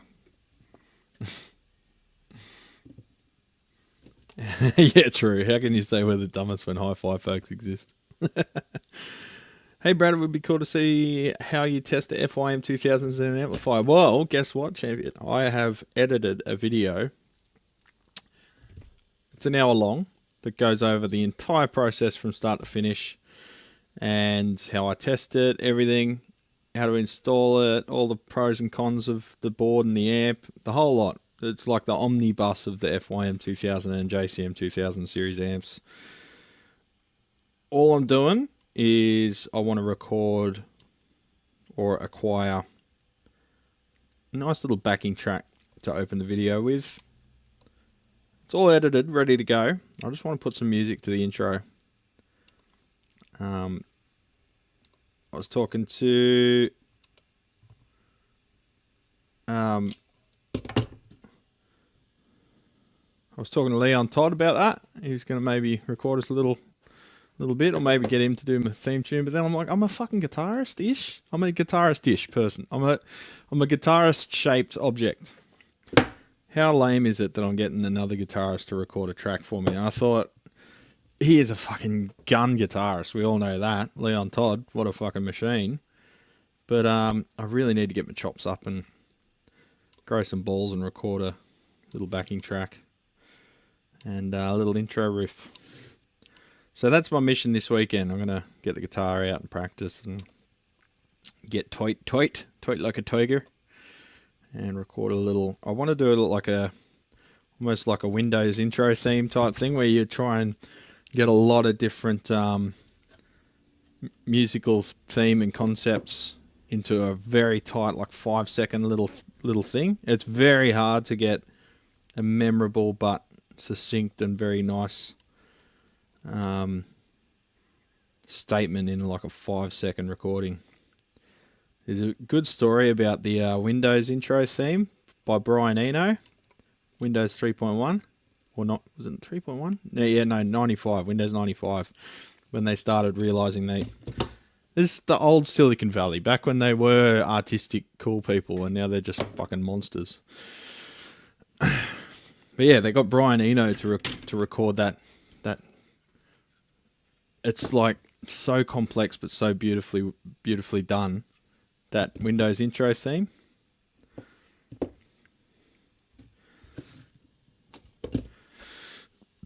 I'll probably get a copyright strike if I play it. So maybe not. Let's find out if I get a copyright strike. I make fuck all money off live streams anyway. Windows intro, Windows startup. 7 seconds long. There's a video where he talks about the process of doing it. It was very interesting.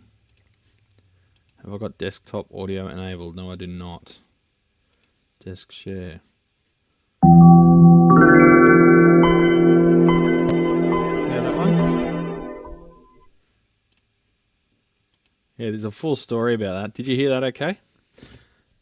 I'm sure Dunn would record also. Oh, yeah. Actually, yeah, he's probably a good idea because I'd like to have a very divisive intro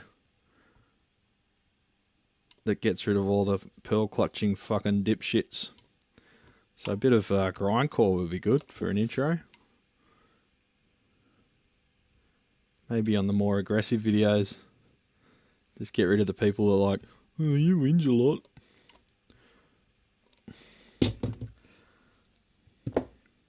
Where is that dickhead that called me a whinger? Is he here today?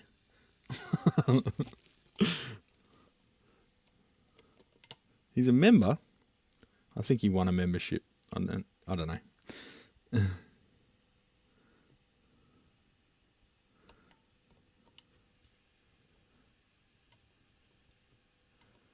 Member or not, I still tell people to fuck off.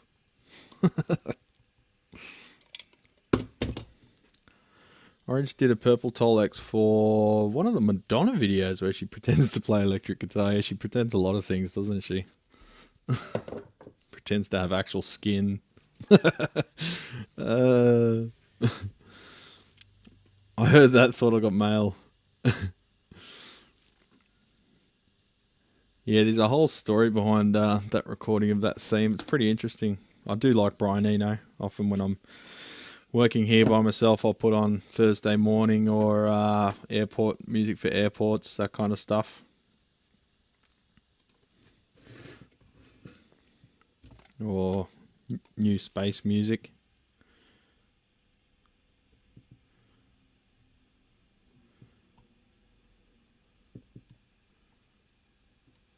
See, Faith No More looks like they're going to do a tour.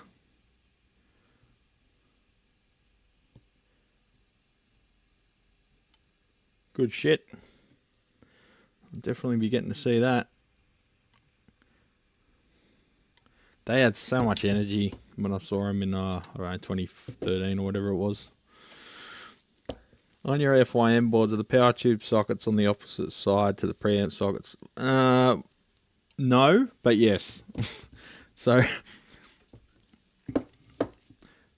the valves are inserted. The tubes are both inserted from the same side, but they used a wave soldered Novel preamp valve socket, so they're inserted. The actual sockets installed from the opposite sides, but the valves are both installed from the same side because they've got a through hole cut out. You can see the socket holes there, but they're mounted on that side. It's just the socket design that they went with. We've sort of locked into using the same type to fit into the same chassis, so we use them. There's nothing wrong with them. They're great Belton sockets. I ordered 1,000 of each directly from Korea. Just sort of through I got 3 different types of sockets. It was about 4,000 and something, including shipping. Sort of threw 4,500 bucks at a random Korean bank account and hoped they turned up, and they did. It was a little bit nerve-wracking.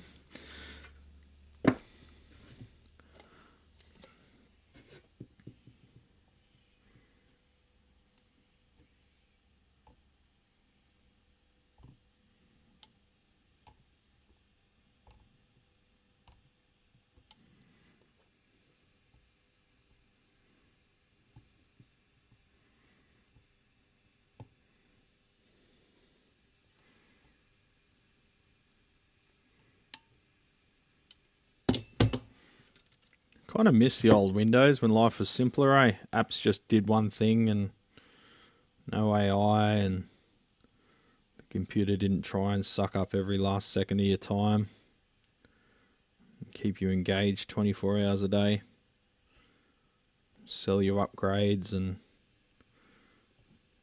multi-level market your way into poverty. Those are the days. Just play solitaire and dial out of life for a minute.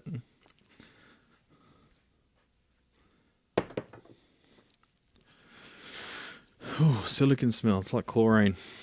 We had tickets for the Faith No More gig a few years back. It got postponed due to COVID, then refunded when the band went belly up. Fuck. It sucks. Yeah, keen to see him, man. I miss Winamp. Winamp! It really whips the llama's ass. Always been a huge Roxy Music fan. I would love to see Brian Eno and Brian Ferry get back together. Yeah, Brian Ferry. Yeah, I should listen to more Brian Ferry. Dad used to listen to it quite a bit, but I haven't heard his stuff in ages.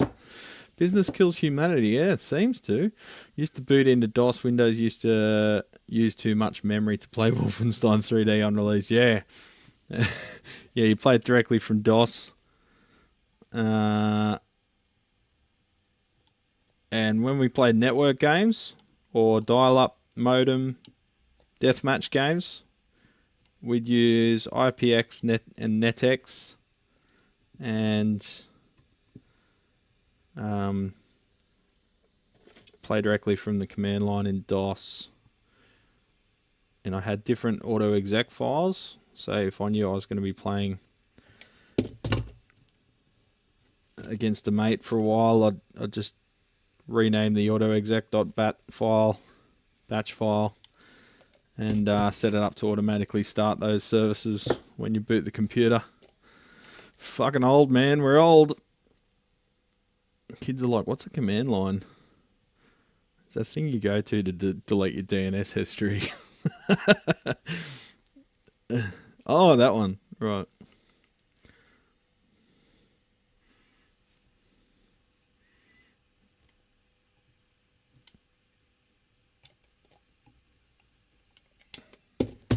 Get sloppy with the silicon work today. I got to clean up my fucking act. Just seems like it's a bit like sticky today and sort of stringy. Pretty new tube.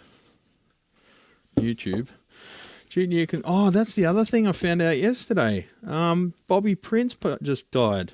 Bobby Prince, the guy who did the music for Commander Keen, Doom, Duke 3D. He was the composer that did the music, the MIDI music for it. He just died yesterday. He somehow managed not to get sued by Pantera, Metallica, Megadeth, fucking Alice in Chains from all the songs he blatantly ripped off from him. But he did make a lot of other cool, like, it's nostalgia music now. But yeah, Bobby Prince. Born in 1946. I didn't realise he was that old. People are saying they only want us having terminals, but the actual computing is done in the cloud and data centers. Building PCs becoming too expensive since RAM and SSD are 1,000% more, maybe. Yeah, they don't like the fact that you've got autonomy.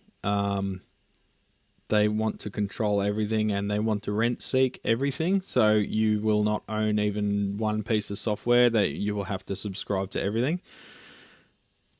You need to do what you can to fight that, and that includes the way you vote. So don't vote for people that support that shit, and don't vote for people that will kowtow to the fucking tech overlords. Vote for people that will stick it up their ass and tax the living fuck out of them so they don't exist anymore, and then life will get a lot better.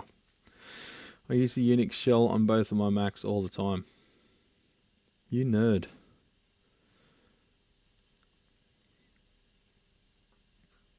But people are rebelling already. People are buying like dumb phones and disconnecting and getting rid of their social media profiles. People don't want this shit. It's like the Google Glass. You force it upon people and they'll just fucking bash you. You can't force shit onto humanity, man. Try and take away people's autonomy, and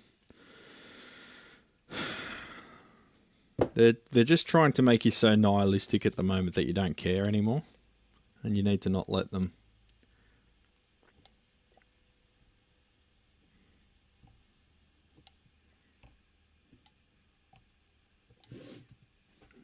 AI is a big one. You'll never see anything to do with AI on this channel. No thumbnails, no nothing. Fucking AI slop. Unforgivable. It's to the point where like a channel or a even a store, like if stores that I follow, like say there's a motorcycle accessory store or something, if they start using AI, I boycott that brand. I will never go back to it again. I don't give a fuck. If the word Palantir will make your blood pressure go up, it doesn't make it go up. A killer rossa. It makes it fucking boil. Fuck Palantir and fuck everyone involved with it.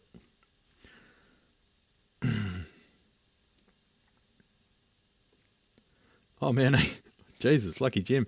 Oh man, I used to watch my dad play Duke Nukem. Mum was not impressed. I still had the PlayStation 10 years ago and managed to complete the whole game. How old are you, Lucky Jim? Your dad used to play Duke Nukem. Am I that fucking old? Founding member of Chicago passed away. Alzheimer's. Shit. His sax helped make the band unique.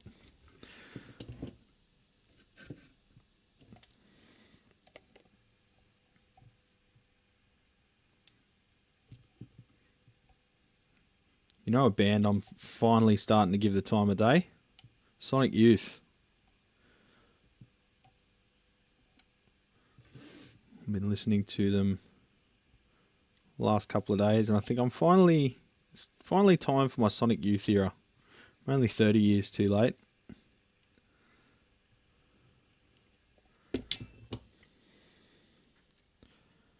$35 too late.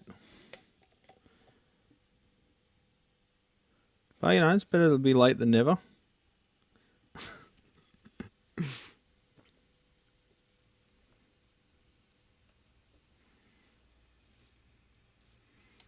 Because I like a lot of bands that are clearly influenced by them, but I never really got into the band by like themselves.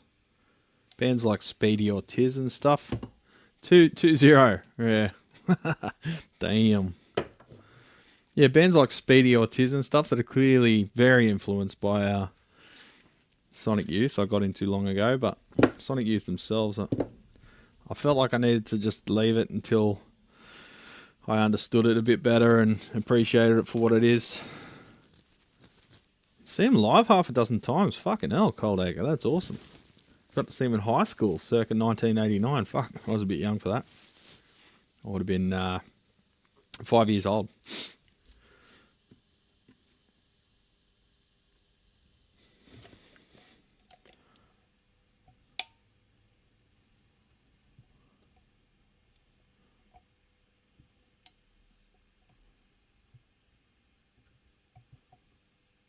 Oh, man.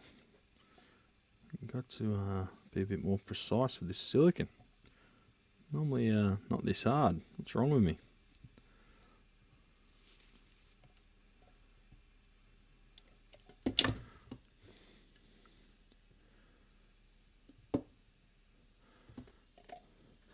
I've been trying to get into Frank Zappa too, but I just can't. It's just too weird.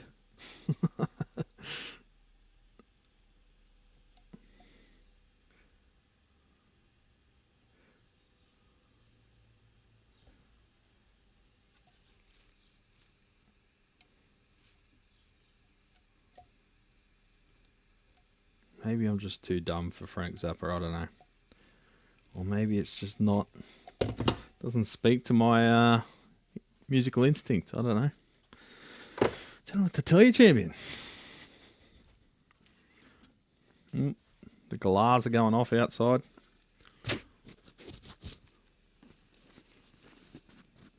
Yeah, they were big in Australia, weren't they? I sort of didn't catch them. I didn't really catch even the end of their touring career over here. Probably 10 years younger than you and 10 years older than 90% of the people I work with. 10 years older than 90% of the people I work with. Pardon me. Okay. So you're like 32 and you work with 22-year-olds? Oh, god damn it. Why am I so clumsy today?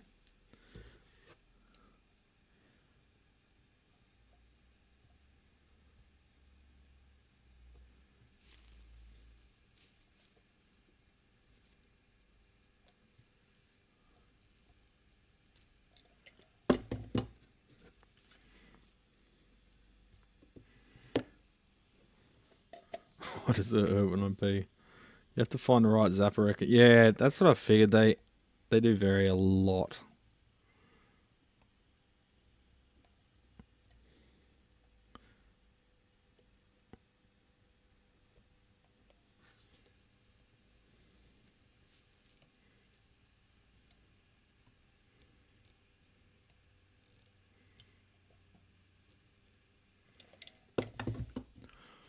Move it along, move it along. So after we finish these off, what have we got to assess? We've got an old Bassman. Got a fucking Vibrolux Reverb CSR8 again. Got two of them in at the moment. Whenever I hate an amp, the universe just gives me more of it. Says, here you go, Brad. You complained about this amp. Here's fucking 10 more of them. Thanks, universe. Fucking asshole. Joe's Garage. I've heard about Joe's Garage. think I tried to listen to that, but found it somewhat unlistenable. If that's the one I'm thinking of, I might be wrong there.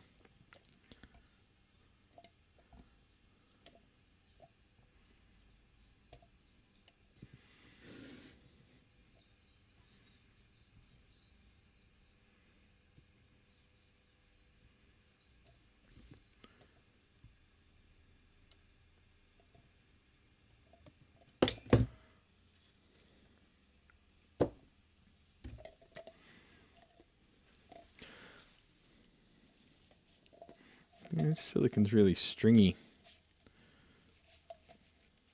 That's probably why I feel like I'm out of control.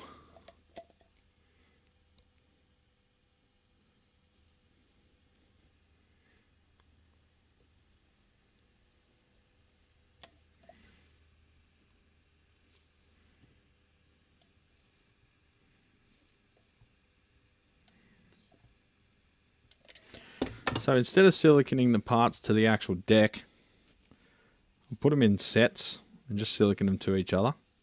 That gives them rigidity. And you don't have to unglue them from the board to replace them in the future that way.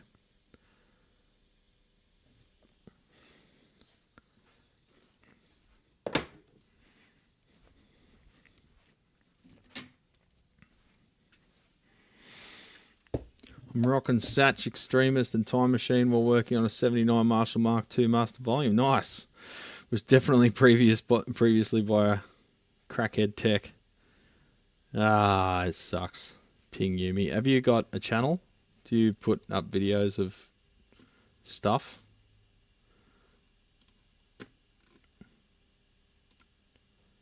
Go to channel.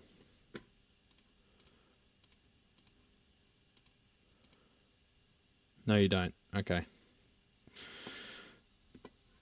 2-0. Australia loses. Damn.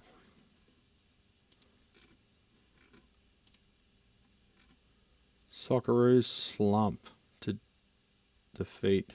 Slump to defeat to World Cup co-host USA. Slump to defeat to World Cup co-host. That's a hard sentence to read. Does journalism exist anymore?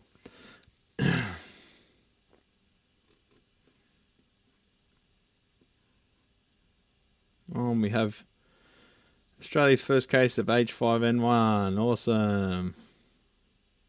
Brought in by seabirds.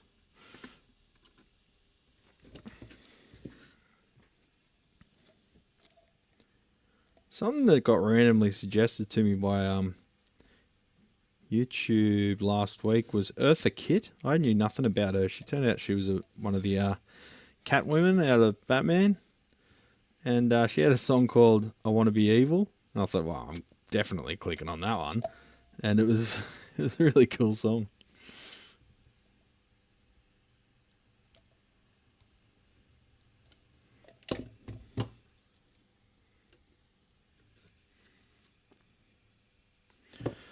Is Kitsumba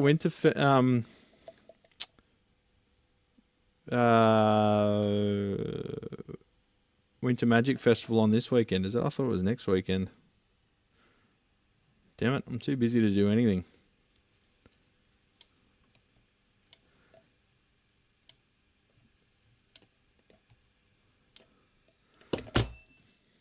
Eric, $10. Thanks, mate.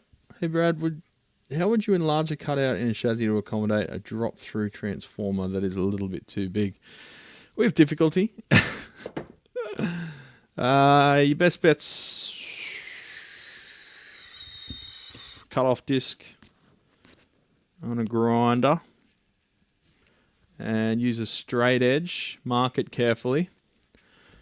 Use a straight edge. Mask off everything else, or if you've got a bare chassis, mask it anyway, because the hot sparks might erode away some of the nearby plating or coating, whatever it may be, paint. And drill a hole in the corner with a large diameter drill bit, probably a step drill, and then use your cut-off disc to work your way up to that and finish it off by hand. Intentionally go to the inside of the line, and then if there's any roughness to the cutout, you can draw file it from the inside, and then seal it with something like a just touch up paint or whatever. That's how I'd do it. Or get a transformer that fits.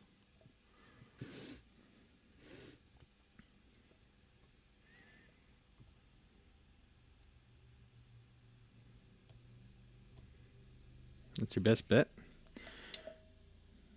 Use your step drill, not your biological drill. Yeah.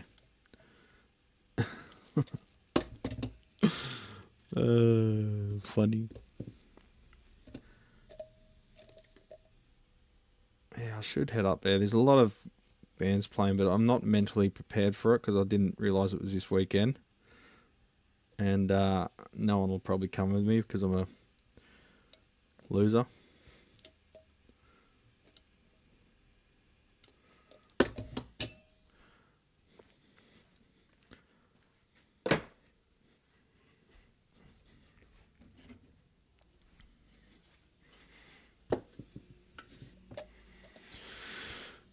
Martin, how you going, brother? Just finished watching the game. USA with a better team. Of course they were.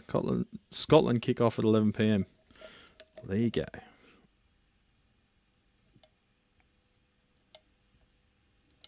We had a fucking own goal, man. Of course the US was a better team.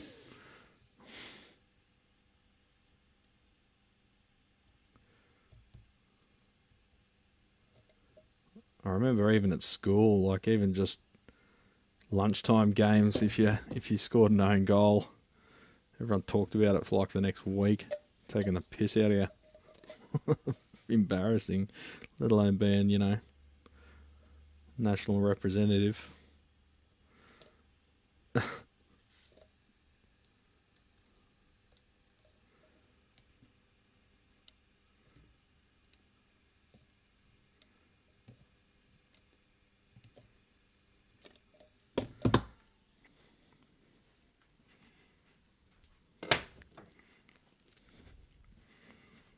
Part of the reason I hated sport was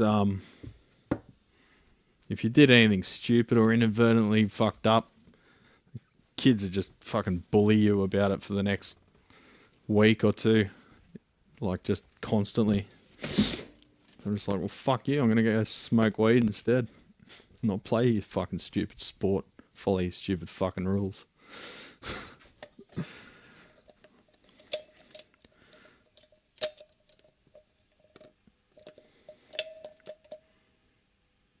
The school, the PE teachers were just as bad too.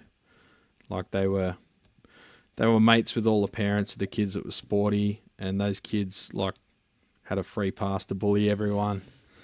And you know, they'd turn a blind eye whenever one of the popular kids bullied other kids.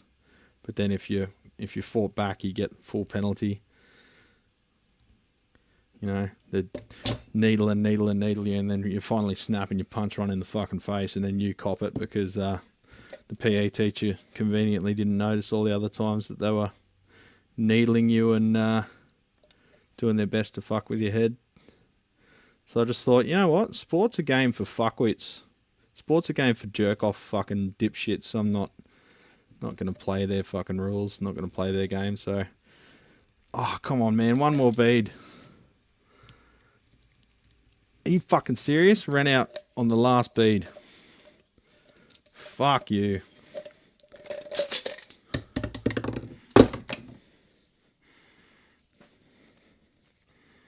Last bead of the last board.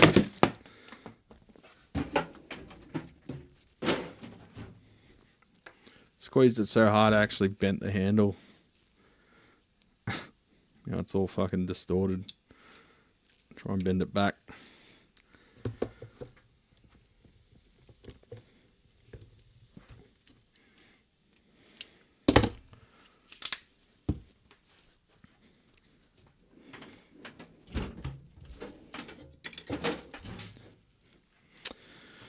Knife.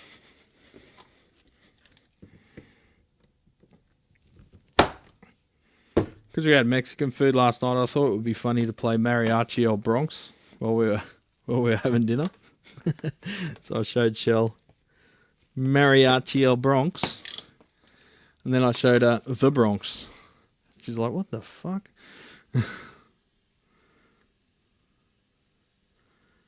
I do boxing. I promise you it's the most stupid thing you can do, to stand and beat on each other.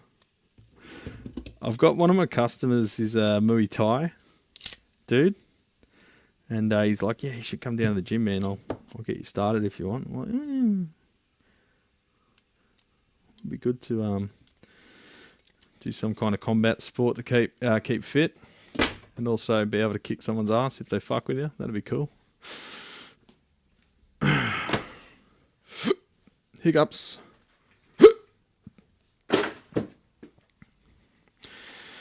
Alrighty, champions. Clear deck. We're going to work on. Let's have a quick look at that basement. And I'll refer to that video and send them a quote. Are you into cars at all? Nope, too many wheels. I'm into motorcycles.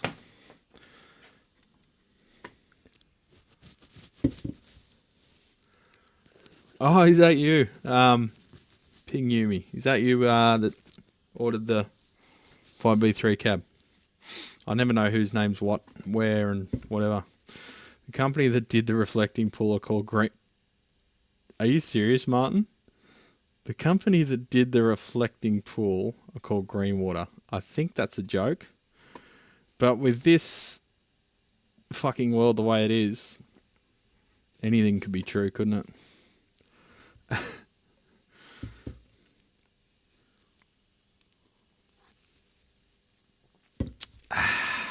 Just watch playbacks on the Aussie own goals. Own goals? There's more than one? What is up with the graphics? Looks like a Pro Evolution soccer game. I'm not sure what you're talking about there. Deanston Virgin Oak. Nice. 46.3% non-chill filtered. Natural colour. A great dram. The Amber Lane distributor was at the local bottle shop, the local liquor store again yesterday, and we had a chat. I said, mate, since we first met, I've bought 3 of your bottles, so you're a good salesman. They're fantastic. And one of them went like Dan Murphy stopped stocking it, so they had 3 bottles left, and they were doing a clearance special. So I got it for like 30-40% off. I was like, fuck yeah. And that was their cask strength one, so I haven't had Deanston yet. I've been interested.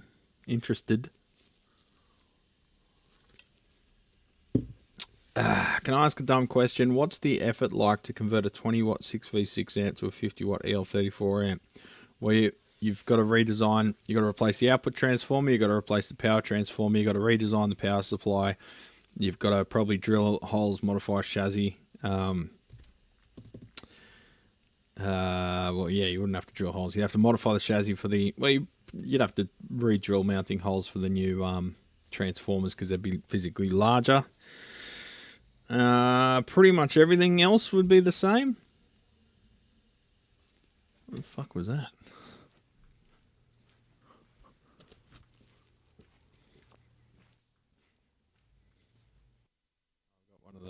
One of the aircon guys is here. Working on Saturdays, boys. I didn't think they ever worked Saturdays. So yeah, Kaboom, you're pretty much redesigning a whole output stage. You'd probably be better off just selling it, unless it's one of your amps that you're toying with, and just getting something that's 50 watt. Any cool local bands in your area? Yeah, there's heaps of them. They're up the mountains all around. I'm not sure exactly who lives where, because bands tend to be pretty transient. Let's call it that. So yeah, there's a lot of stuff. It's more the venues where they play. So a lot of bands play up at Katoomba, and then between there and here, there's mainly a bunch of cover bands and shit between there and here. But here you get there's a little dive bar called Elton Chong's, which gets a lot of real heavy bands, good stuff. Not a lot of other stuff around here, to be honest. There's sometimes more highbrow stuff at the Jones Sutherland Centre, so you get some recitals, that kind of thing. When you get to the city, it's a different story entirely. There's all sorts of little subcultures and stuff floating around. And so you've got places like Marrickville Bolo that seems to have a massive heavy metal, death metal scene, but it's just a bowling club. It's so weird. It's like a 70s style bowling club. I'll show you photos if I can find it. Marrickville Bolo. So it's got this famous ceiling. What happened to Google Images? It used to be cool. Now it's fucking stupid. Yeah, the famous Marrickville Bolo ceiling. There it is. It's like a 70s disco, man. But then you go there and the heaviest bands you've ever fucking heard play there. And then from the outside, it's just a bowling club from the 70s. It's so cool. But yeah, there's like a full-on scene there. There's a lot of stuff around Newtown. Newtown's very arty. And you used to get quite a bit at the Cross, King's Cross, but that sort of went down the tubes after friggin' COVID and whatnot, and the lockout laws from the Gladys barbecue chicken and the fucking Mike Baird piece of shit before her. Basically, all the right wing dipshits in council and government, they all try and shut stuff down. They sell all the property to developers to turn it into inappropriate housing and entertainment estates. You know the story. They build an apartment complex right on top of a fucking pub, and then the pub has to shut down because of the noise complaints. Same old shit. There should be zoning for entertainment, and fuck you if you live there. If you live in an entertainment precinct and you complain about noise, your complaint should go completely ignored. Fuck you. Move somewhere else. Our pub band's still a thing over there, not so much in New Zealand. Noise control, shut them down. Yeah, fuck noise control. There should be zoning for entertainment, and you can make as much fucking noise as you want in that area, and fuck everyone that lives there. If you want to live there, you get the noise. If you don't want to live there, you don't get the noise. Robbie F, you can use a Fryette power station to turn a 20 watt amp into a 50 watt amp or a 100 watt. What? No, you can't.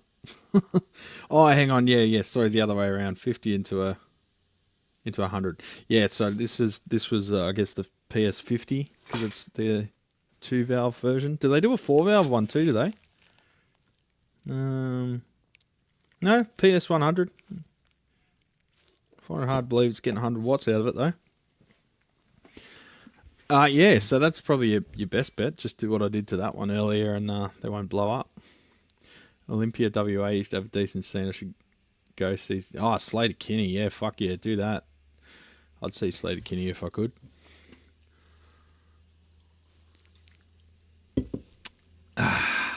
Bowling and metal. I'll buy my plane ticket right now. I'm talking lawn bowls though, not like 10-pin bowling.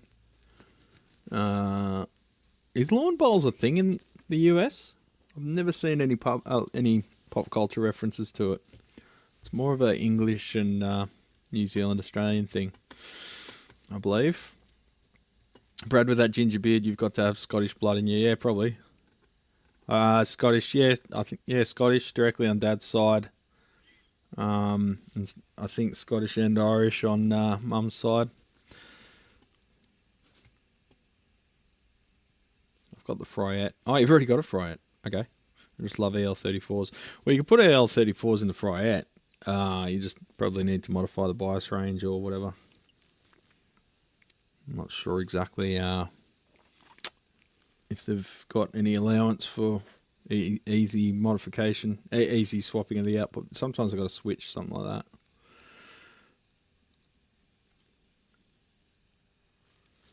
Oh, I've got to get my mustache trimmed. It's going up my nose.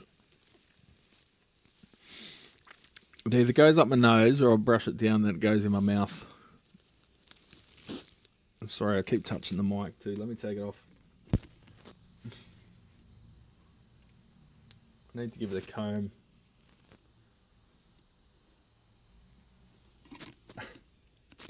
Sorry, legends. Olympia WA. That was the name of a Rancid song.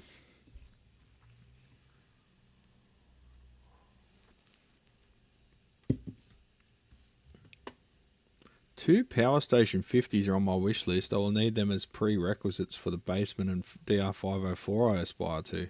Holy fuck. That's quite a bit of gear, Robbie. Better be playing some gigs, brother. It's a Simpson 260 Series 8, Martin. Here it is. It was pretty much as new when I got it. Got it for like $200 or something.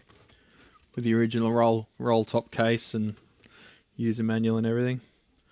Yeah, cool little choocher. Ping ping. I just got it because it looks cool, but it is satisfying to use too. But I was thinking about getting I forget the name, but it starts with S. Japanese compact analog one, because you see this one's chunky as. I've got the handle for it as well, the band.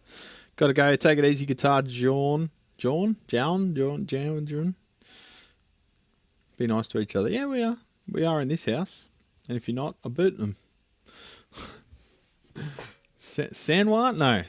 That sounds like the brand of cap from China. Samwise. But yeah, it's like $200, and it's like something like that thick. They're a lot more maneuverable. I do love test gear. It's like collecting guitar gear. Just gives you an excuse to play with the gear instead of actually using it to achieve an end goal.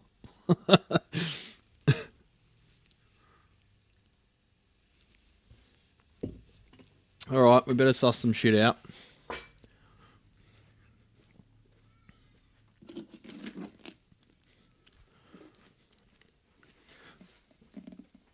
Alright, here it's kind of hard to tell if it's black Tilex with white paint or white Tilex with black goo in it.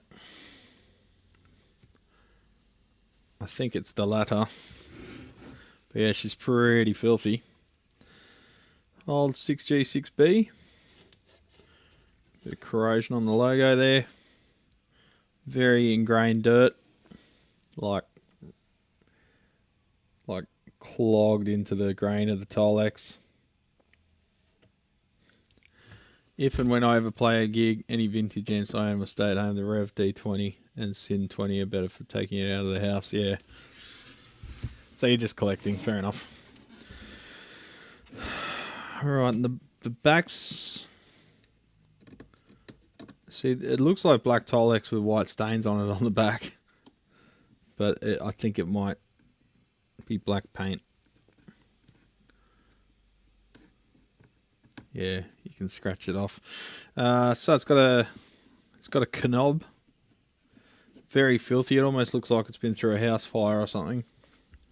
Could well have been. The screws can probably just pull out. No, not quite.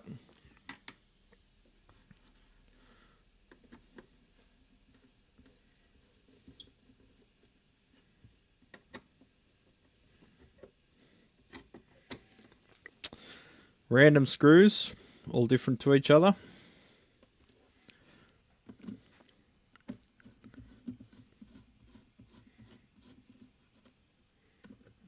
They're stripped, completely stripped. Yep, just pulling out.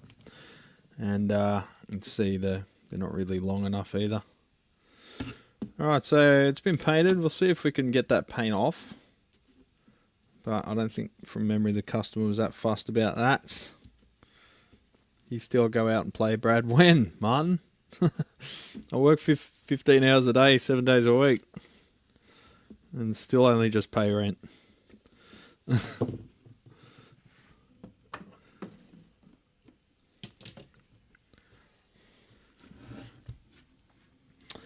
I've got two Coinbase 5881s. Probably Self-Tech. We've got a pretty flimsy mains lead with pretty corroded pins, but we have a UL sticker. Says it's 117 volts, 1.7 amp. It's got 3 amp fuse, but it's actually a 1 amp fuse, and it's got a 240 volt mains plug. So she's had a transformer replacement at some point. Ground switch still in place, but see what I'm talking about? It looks, there's like black soot, and you can see someone's like wiped it off. So I wonder if there's either been a fire in the amp, probably not, or it's been in a fire, house fire or something. See, just there's like soot type shit on everything. Oh god. It's an extra preamp valve hole down there that's been drilled and then reversed, so I think someone might have modified this thing and then taken it back to stock-ish. There's also a, looks like a pretty well-used pot.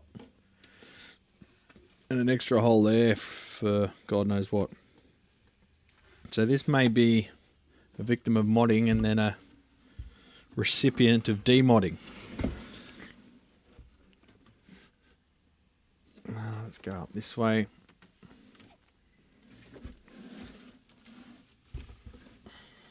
Get out of the car chair, yeah. Ugh. Cockroach legs and cockroach poop falling out of it after I turn it on its side, so that means my eyes are going to go itchy again.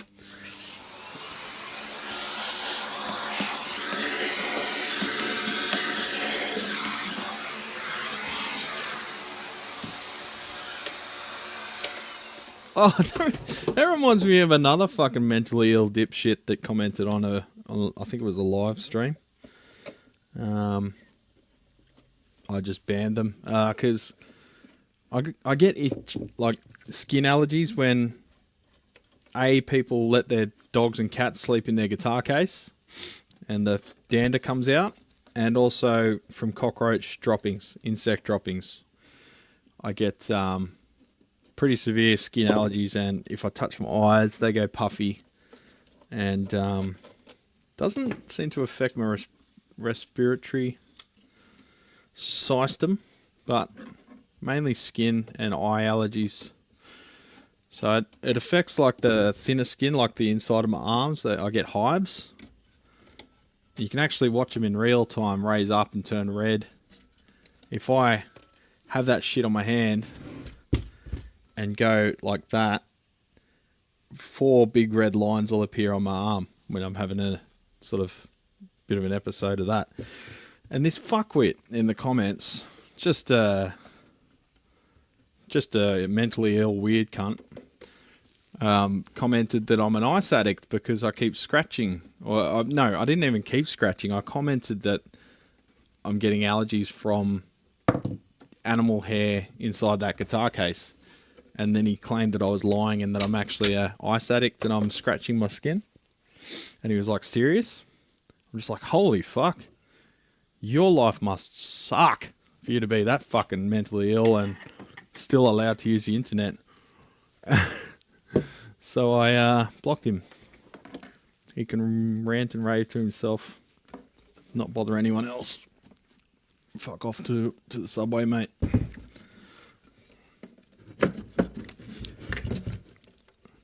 Just another case of someone being a fucking keyboard legend in their own fucking mind, but everyone else thinks they're a weird cunt and stays away from them.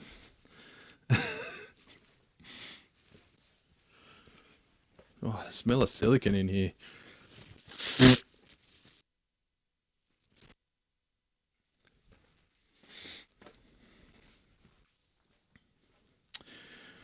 Have I used up all my containers? Wow. Just to show you how many amps are on the bench. In process. I got a few left.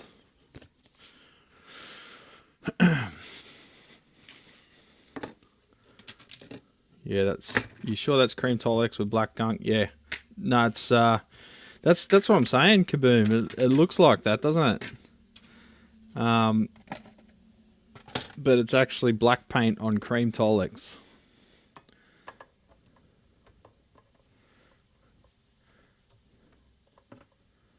You lost your dad to the keyboard. What? What, he became a keyboard warrior? Died at Reddit Wars. The Reddit Wars of 2000. 2020, sorry. Someone just handed you that without even cleaning it out. Oh, absolutely, Viking Way. This is actually not bad. People have absolutely no shame about the condition of their amplifier when they bring it in. Sometimes I even refuse them because they're fucking filthy. I often charge them like $200 more just to clean them if it's a large combo. Takes like 2 hours to wash it out.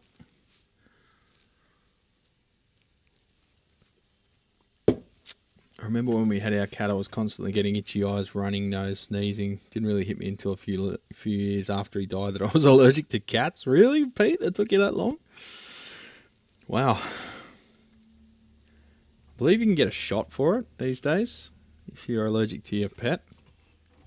I tend to get used to a particular animal. If the proteins don't change, my body goes, okay, it's not a threat. But it takes a long time. Well, it takes a couple of weeks of constant exposure for my body to finally just go, okay, it's not a threat. It sort of builds up an immunity, I guess. Well, stops building up an immunity because essentially allergies are an overzealous immune system. All right, partial recap. Another, yeah, they're actual caps too, not just recovers. Another partial recap champion. Because the reservoir caps are the most obvious when they fail. You just massive increase in hum or buzz.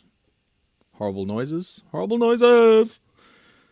But when the preamp ones fail, the symptoms can be a lot more subtle and your average tech doesn't give a fuck about them or even know that they exist. So these are dated 23rd week of 1963, which makes sense.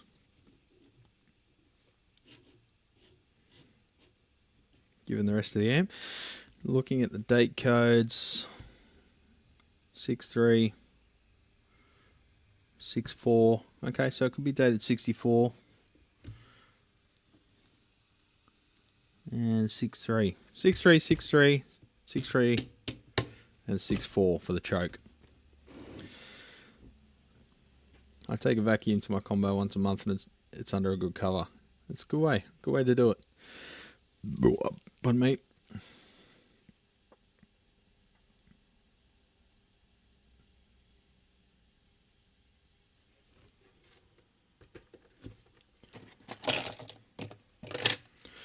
Alright, so we'll finish off that recap. Hard to tell what dates. Oh, they're not silicon down either. Hard to tell what date those F&T caps are, but they're probably fine. I'll check the actual value of them.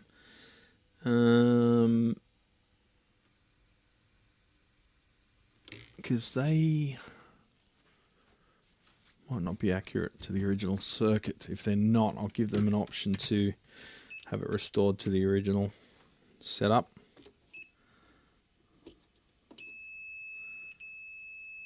Okay, so they're in parallel, right.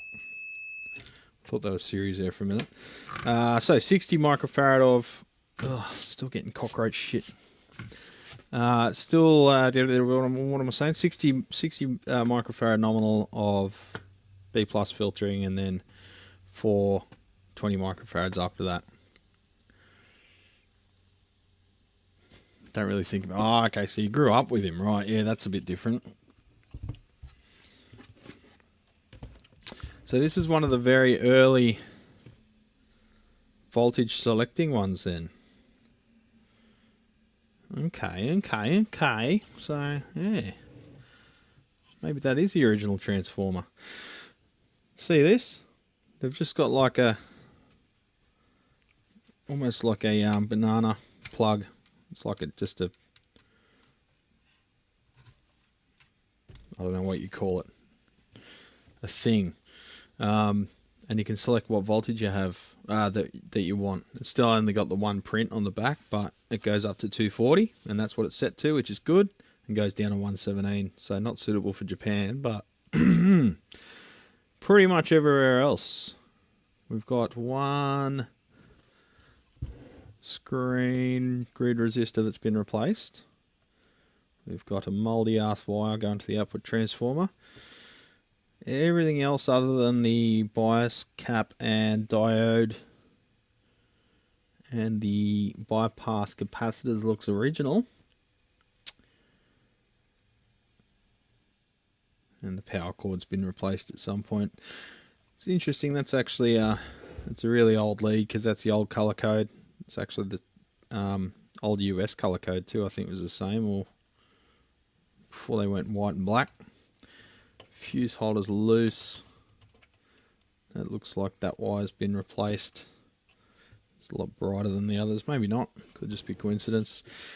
Ground switch has been disconnected from the death cat. That's good.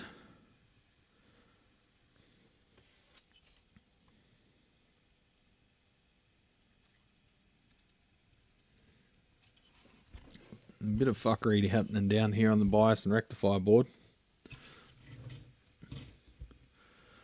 Fuckery! They've replaced some of the diodes and done a pretty shoddy job of it. But that's pretty par for the course around here, isn't it, champions?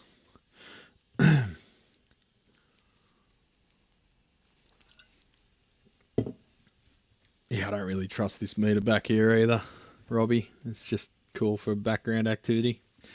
But you can see down there they've just sort of tacked it on the top, which is weird because it's an eyelet board, but they haven't wanted to remove the board, I guess, so they just sort of soldered down in there and just tack soldered stuff and big blobs of solder. And so we'll clean all that up, replace all of those. Those leads are pretty corroded, so if I want to do anything by mounting that better, I'll probably have to replace that diode as well, because it won't stick to the leads. The dropper resistor for the bias is hiding underneath that cap.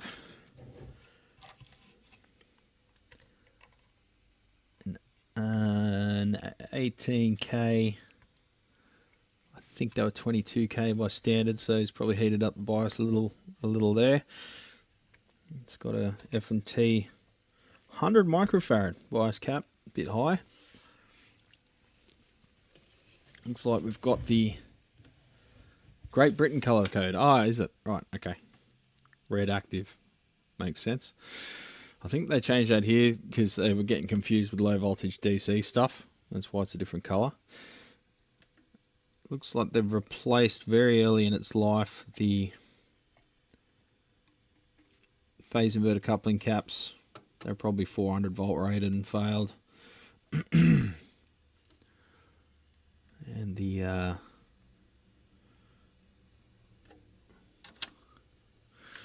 negative feedback, the inverting input of the phase inverter cap. And as you see over here, they've replaced the bypass caps with some Jamicons, probably from Tektronix. But we've got some pretty blobby soldering happening, so we'll clean all that up, put some new V-shays in there of known quality. This pot up the back's just doing nothing, so I don't know if that was a master volume or what, but it's a nothing now. You still using 6040 multi-core for general repairs, or have you switched totally over to lead-free? Lude-free? Yeah, still using 6040 for repairs. Anything that has leaded solder, I reuse leaded solder, and anything that's lead-free, I use lead-free, basically. Saves me actually having to fully clean all the solder off, because lead-free and leaded don't play nice together. So if you're going to rework stuff that's got lead-free, it's easier to just keep using lead-free on it. Alright, so what's the symptoms with this little choocher? Let me just double check the job notes.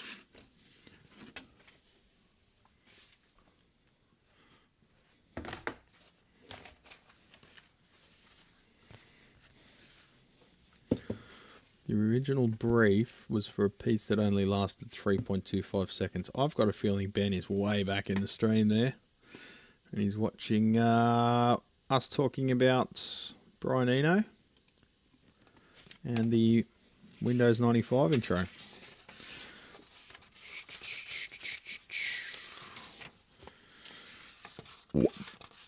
Pardon me. 8 o'clock.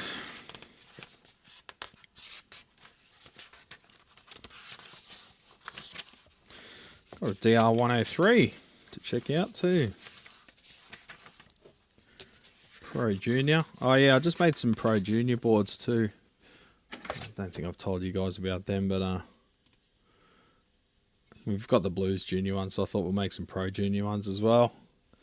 Cheapy little amps, but you know, one of these upgrades is sometimes the best way to clean up that poor quality board that they have in from the factory. No worries, Martin. Take it easy, brother. First time we've been at a World Cup in 26 years. Nice. Scotland. Yeah, anyway. Side tangent.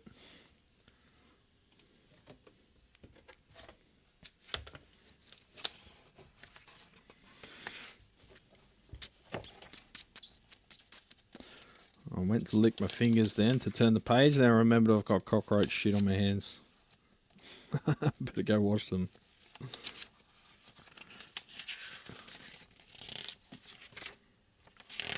Did I not write a job sheet for this one? Or is it on a one where they gave me a guitar as well? I've got this habit of people talking my ear off when they drop stuff off, and I forget to take down the notes because they're very commanding of my attention. No, here we go. Alright, partially recapped. Decent electrical condition, complete work, and voice normal channel for guitar. Okay, so kind of got a carte blanche on this one. So in that case, we know it's functional. Let's give it a bit of juice and see how she reacts.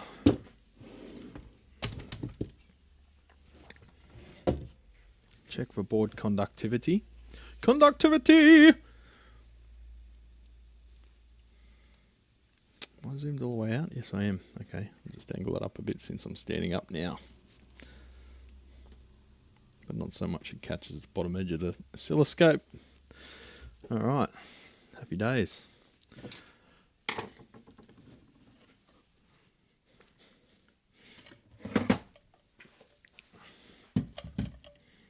Let's give it a bit with the Variac first. Check bias. On a handy little loop link because Leo Fender is a legend. Unlike, what's his name? Bud, the fuckwit that runs Fender now. Came out and backed down and pretended like he didn't say the shit that he said. What a sleaze. He just looks like a sleaze too, just a greasy man. The CEO of Fender. He fucking got eviscerated by Lewis Rossman. Lewis is taken on Fender now. Good luck, champ.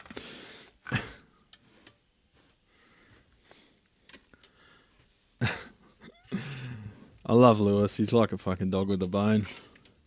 He's got some strange capitalist fucking contradictions in his ideology, but still love him.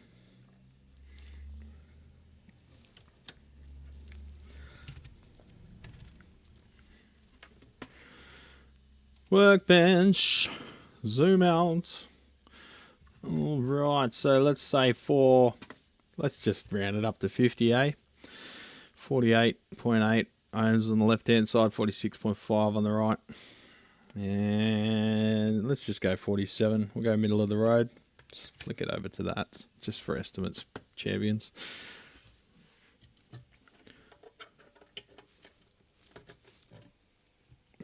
Power on, chuck a speaker in, and we'll slowly ramp up the voltage and see what she does. Another set of probes.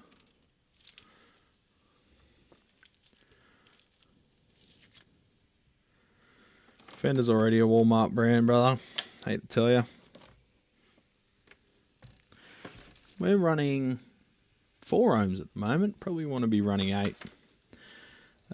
Basement. What was the output of that? 4 ohms? 6G, 6B. Let's give it 4. I'm not giving it full juice, but I'll do some more research on that speaker before, on that transformer before giving it full berries.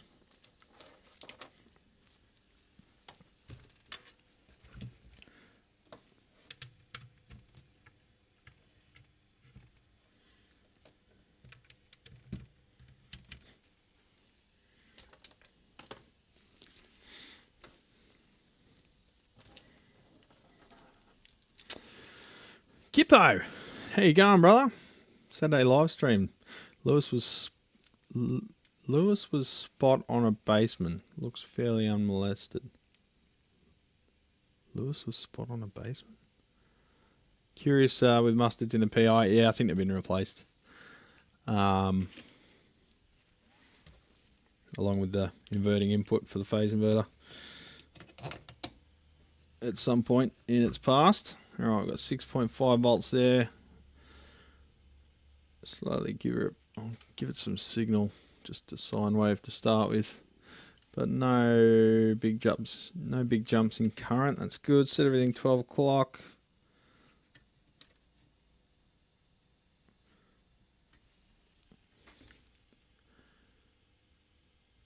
Alright, that's a B+.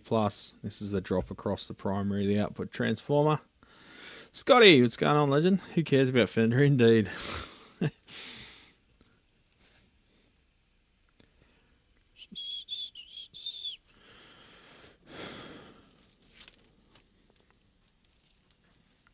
One kilohertz, 500 millivolts peak to peak. Peak.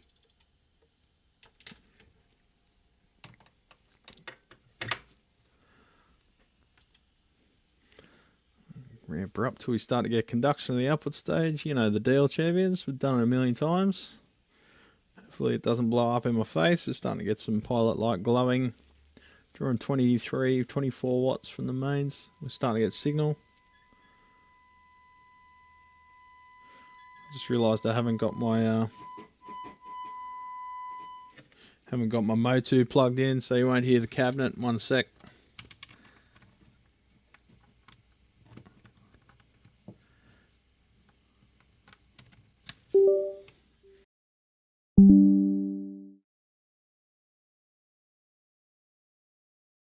I had a really nice Jap a few months ago.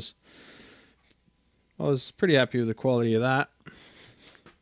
Alright, we've got a mic. I'll just mute my mic for a second. I'll give you like 400 hertz because 1K is a bit aggressive this time of day. Alright, so we'll just check the overall signal, the input of both channels, and actually I'll give it a square wave at like 200 hertz because I want to test the EQ as well.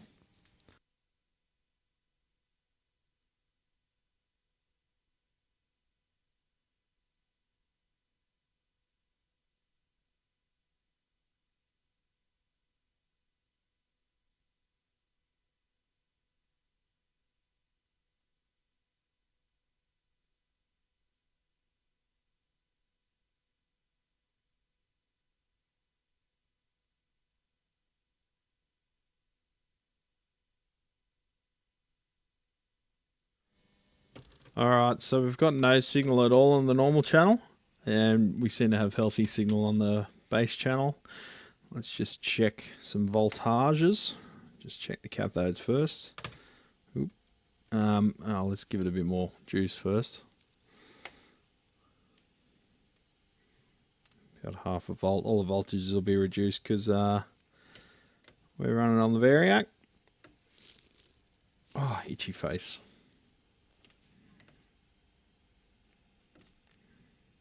Oh, Jesus, always makes me jump. 26. Oh, we've got plate voltages, we've got cathode voltages. So do we have an open mix resistor or something?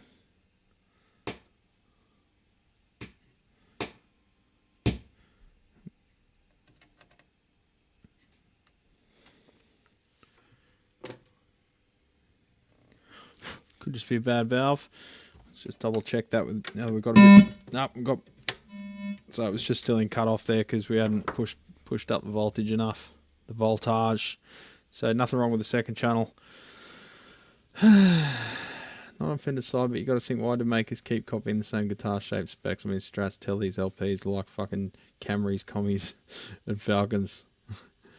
Yeah, but it's sort of like, it'd be like redesigning a hammer. There's only so many fucking ways you can shape it, you know? I mean, like, every shape's been done, Pete. Like, even a fucking square, like... Is my phone about to ring?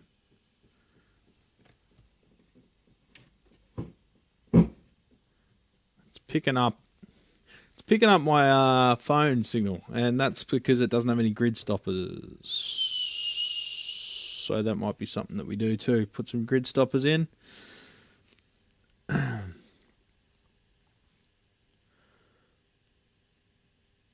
Is audio out of sync on this stream? Well, restart your browser. Other than that, there's no way for me to tell really right now, and I haven't changed anything. Let's have a look.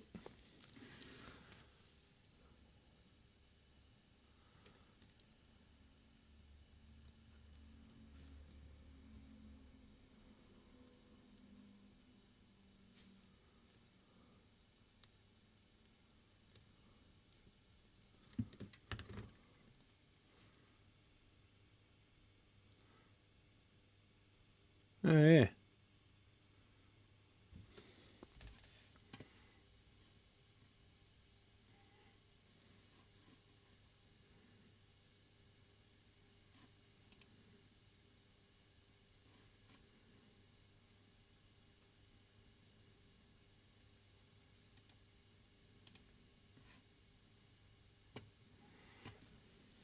Why in the fuck would it be out of sync?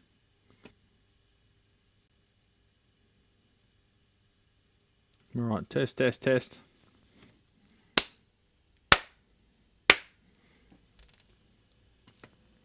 latency's crazy, but yeah.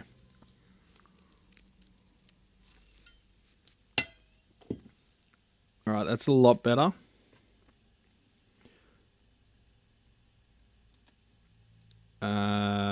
Which is first?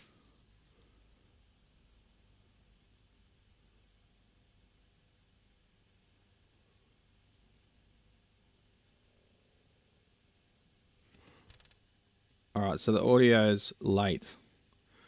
So how do I fix that?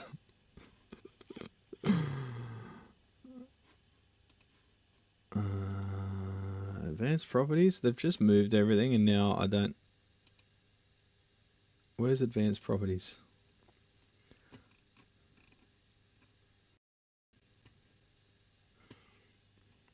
Oh, fuck, close enough. Don't worry about it.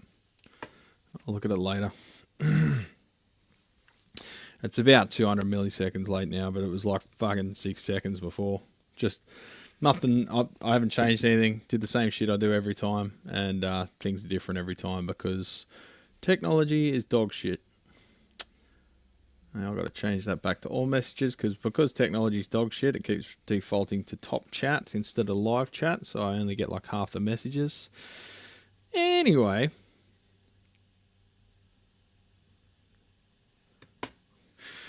Right, where were we?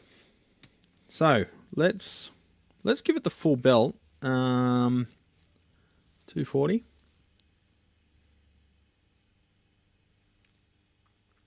Only drawing about 55 watts, so let's just plug it straight in.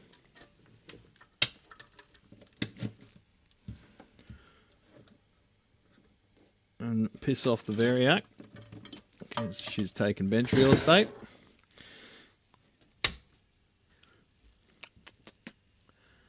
So pretty low plate voltage on this one, 430s, 437. Let's do some calculations. What was it, 47 before? 0.666. It's amazing how often that happens.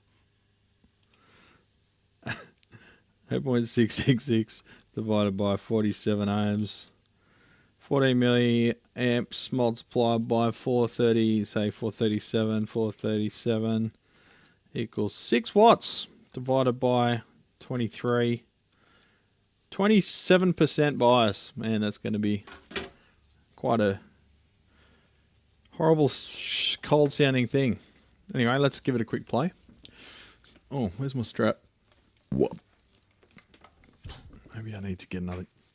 Maybe I need to shout myself a new strap.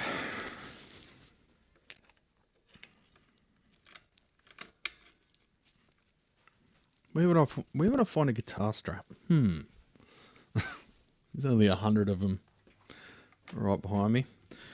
We just got our new batch of DSL straps in too.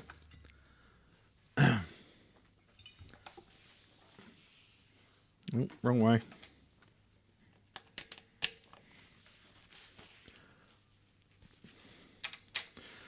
Michelle hasn't added anything to the website yet, however, because she's too busy with netball.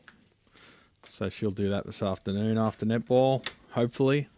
She'll probably come here and watch a Netflix movie and just sit there and do nothing though, like she often does. Just joking.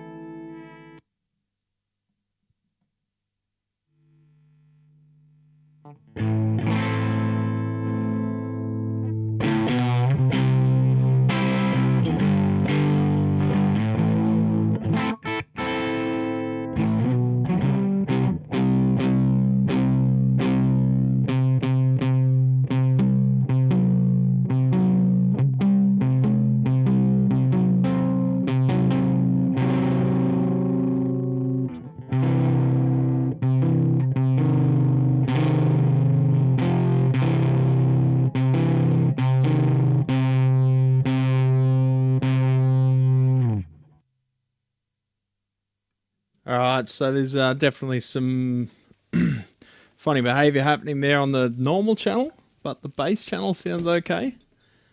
A little bit bright. Probably the mic position, so don't judge it too badly on that. But the normal channel definitely just a little paper ripping sort of sounds happening under it. So we'll check for leakage. We've got about 50 millivolts there on the treble cap. On the other channel, bugger all. So yeah, we've got a bit of leakage happening on the tone stack of the normal channel. Not heaps, like not end of the world, but ooh, a bit of microphonics there too.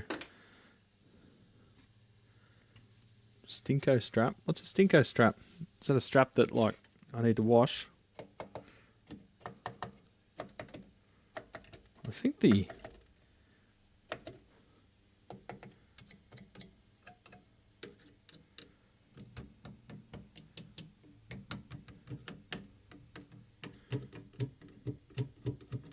ooh, is it that wire?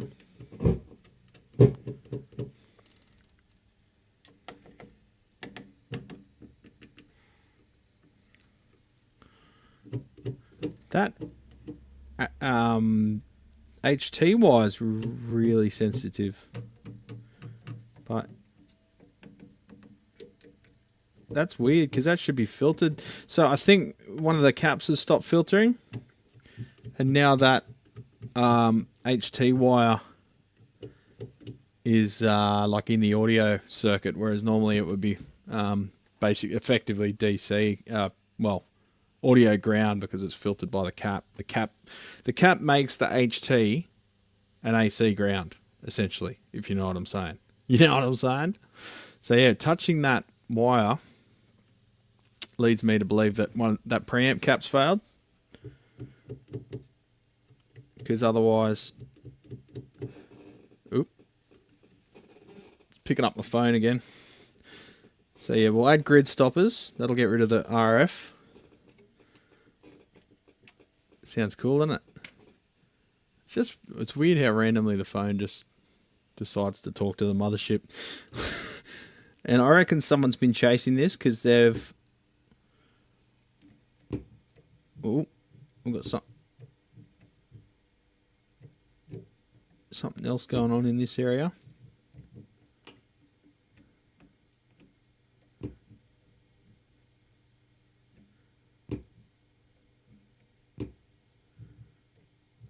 That's so weird. I think that cap might have an internal failure because I bend the lead one way and then bend it the other way, and there's like a pop every time.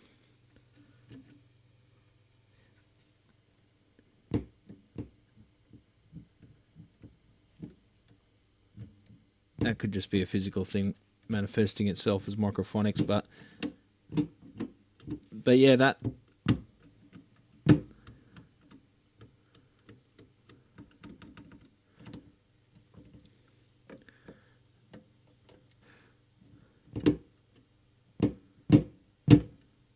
something very microphonic there. Let's just test that theory. Just let it discharge. Alan, how you going, mate? And we'll put a cap directly on that node, just a 22 mic from ground to there, and we'll see if that stops that wire from being microphonic, because that will yeah, we're going to change the caps anyway. We're going to quote for that, but just an interesting experiment. Oh, you're reminding me of my toothpaste incident earlier today.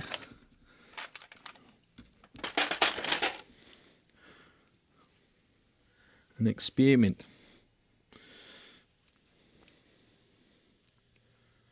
Oh, okay, sorry, you're referring to Pete's story.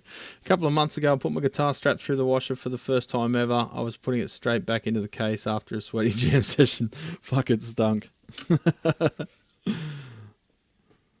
Sweaty jam sessions are the best jam sessions. I remember that feeling, being in a inadequately air-conditioned rehearsal studio room. Fucking sweat and bullets. Just coming out smelling like all kinds of arse. Good times.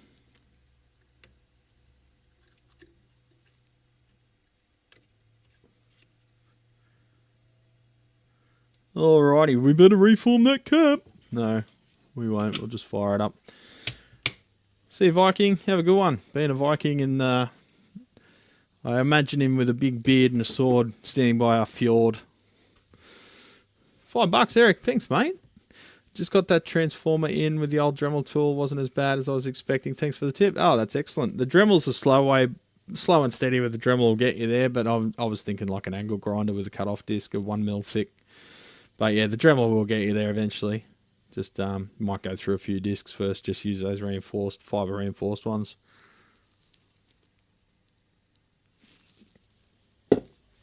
Right, where were we? Power it up. Ooh. Still got a bit of noise there, so I think that's just microphonics in that area of the board. See, normally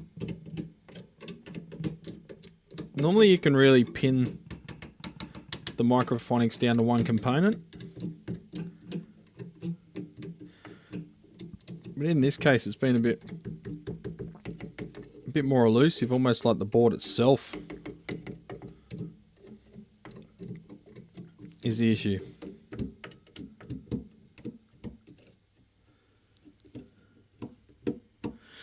Anyway, well, it's good to know it hasn't got any absolute showstoppers, so we can sort of go for the usual stuff on this. Transformers and everything are fine. Yeah. I love the tone of a Bassman.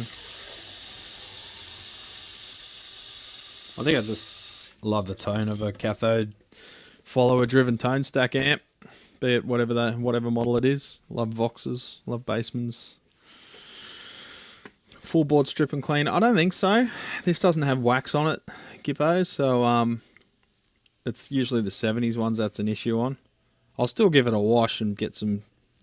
You can pretty easily get all the pots and everything off the front panel, flip it up, and just work some paper towel under it and give it a full wash and blast out with that isopropyl without too much effort. And I think it's worthwhile, just for peace of mind. But just get any gunk off there.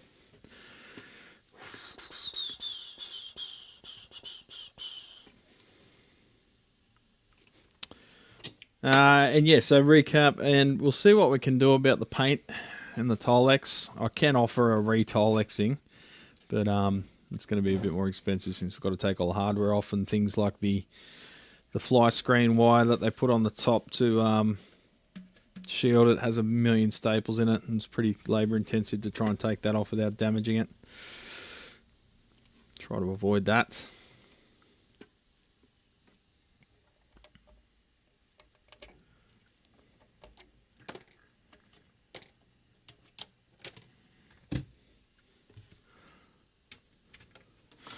Well, champions, we've been going for 3 hours now, so I might sign off because I've got some kind of boring work to get done. I've still got the Butcher 6G6C in my boneyard. God knows what I'll do with it. What's butchered about it? 6?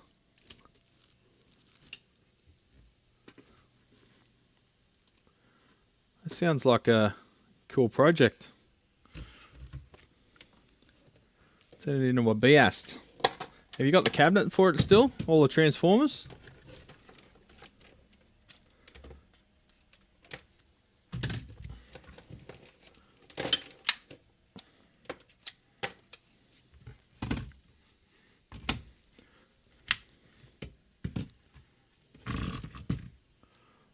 Let me just get my leads sorted out. Yeah, we can rebuild a 6G6 anything, man. Like, they're simple as fuck. People love those old things. But it depends on the extent of the butchery.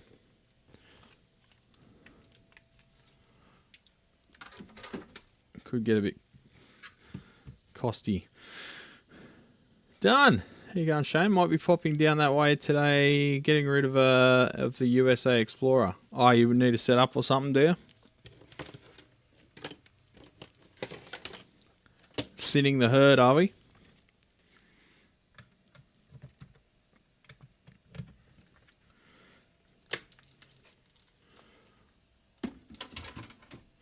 Feels weird to be leaving at 8 because it's so fucking early, but when you start at 5:15, so start losing the voice a bit, you know? Just went through every terrible 70s, 80s mod you can imagine, hacked in the 70s, ultra linear twin transformers, extra holes hacked for more tubes. Not much of it left original, but that's alright. Doesn't matter, it's got character. If you return it to pretty close to stock and a few little voicing tweaks, and just plug up those holes. I've got some aluminium blanking plates to shut holes that people had previously drilled. It's got the original pots, chassis, head shell, fiberboard, not much else. That's alright, it's a good project. If it looks, has it got holes drilled in the front? Or just for valves? It's when they drill the control panel that it sort of sucks a bit.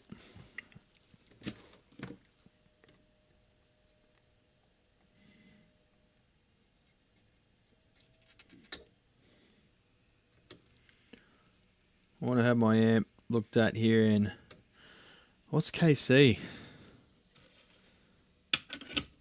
KC.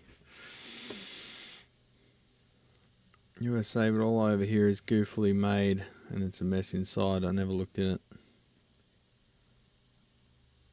84 Princeton 2. Okay, so 84 Princeton 2. So yeah, that's when I believe it was Rivera designed those ones. Paul Rivera on Fender's behalf. And yeah, he changed a bunch of stuff. The circuits are okay. You can. Oh, Kansas City. Okay, right. So do you need a tech? Is that what you're saying? The front is okay. The holes that were made for extra tubes are so bad. They're right. Just drilled them with a screwdriver, eh?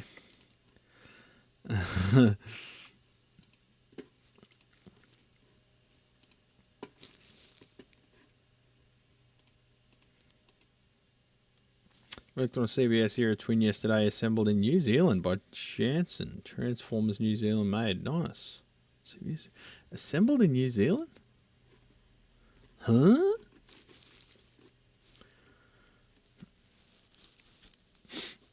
Where the fuck's Kansas again?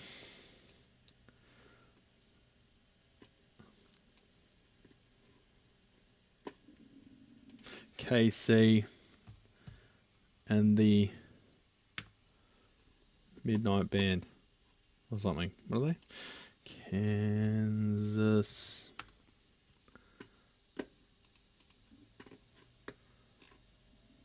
Oh God, what a horrifying grid of nothing Kansas is. Alright, Kansas City. We've got a tech in Kansas City. Preston Electronics. Neil Preston. Preston Electronics. And website's dead. Okay, so I'm not sure what the deal is there. Oh, he's retired. He retired in 2019. Oh, well, there's no techs that we know of in Kansas City. I'm sure there's one's there. We've got Amp Tech Electronics in Springfield, or near it. And we've got...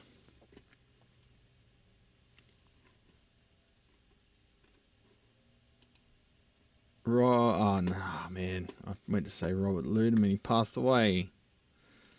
He died. I miss Robert. We used to have good chats. Oh, that's made me sad now. Oh, well, I'm going to piss off. So, thanks for joining us, Legends. I know it's pretty early in Australia and we only just got here. Well, you only just got here. But thanks for everyone that was here at the start. I've been trying to start really early live streams because I know the US the time works out better if we stream extremely early over here. But I do like sleep as well. So the two sometimes clash.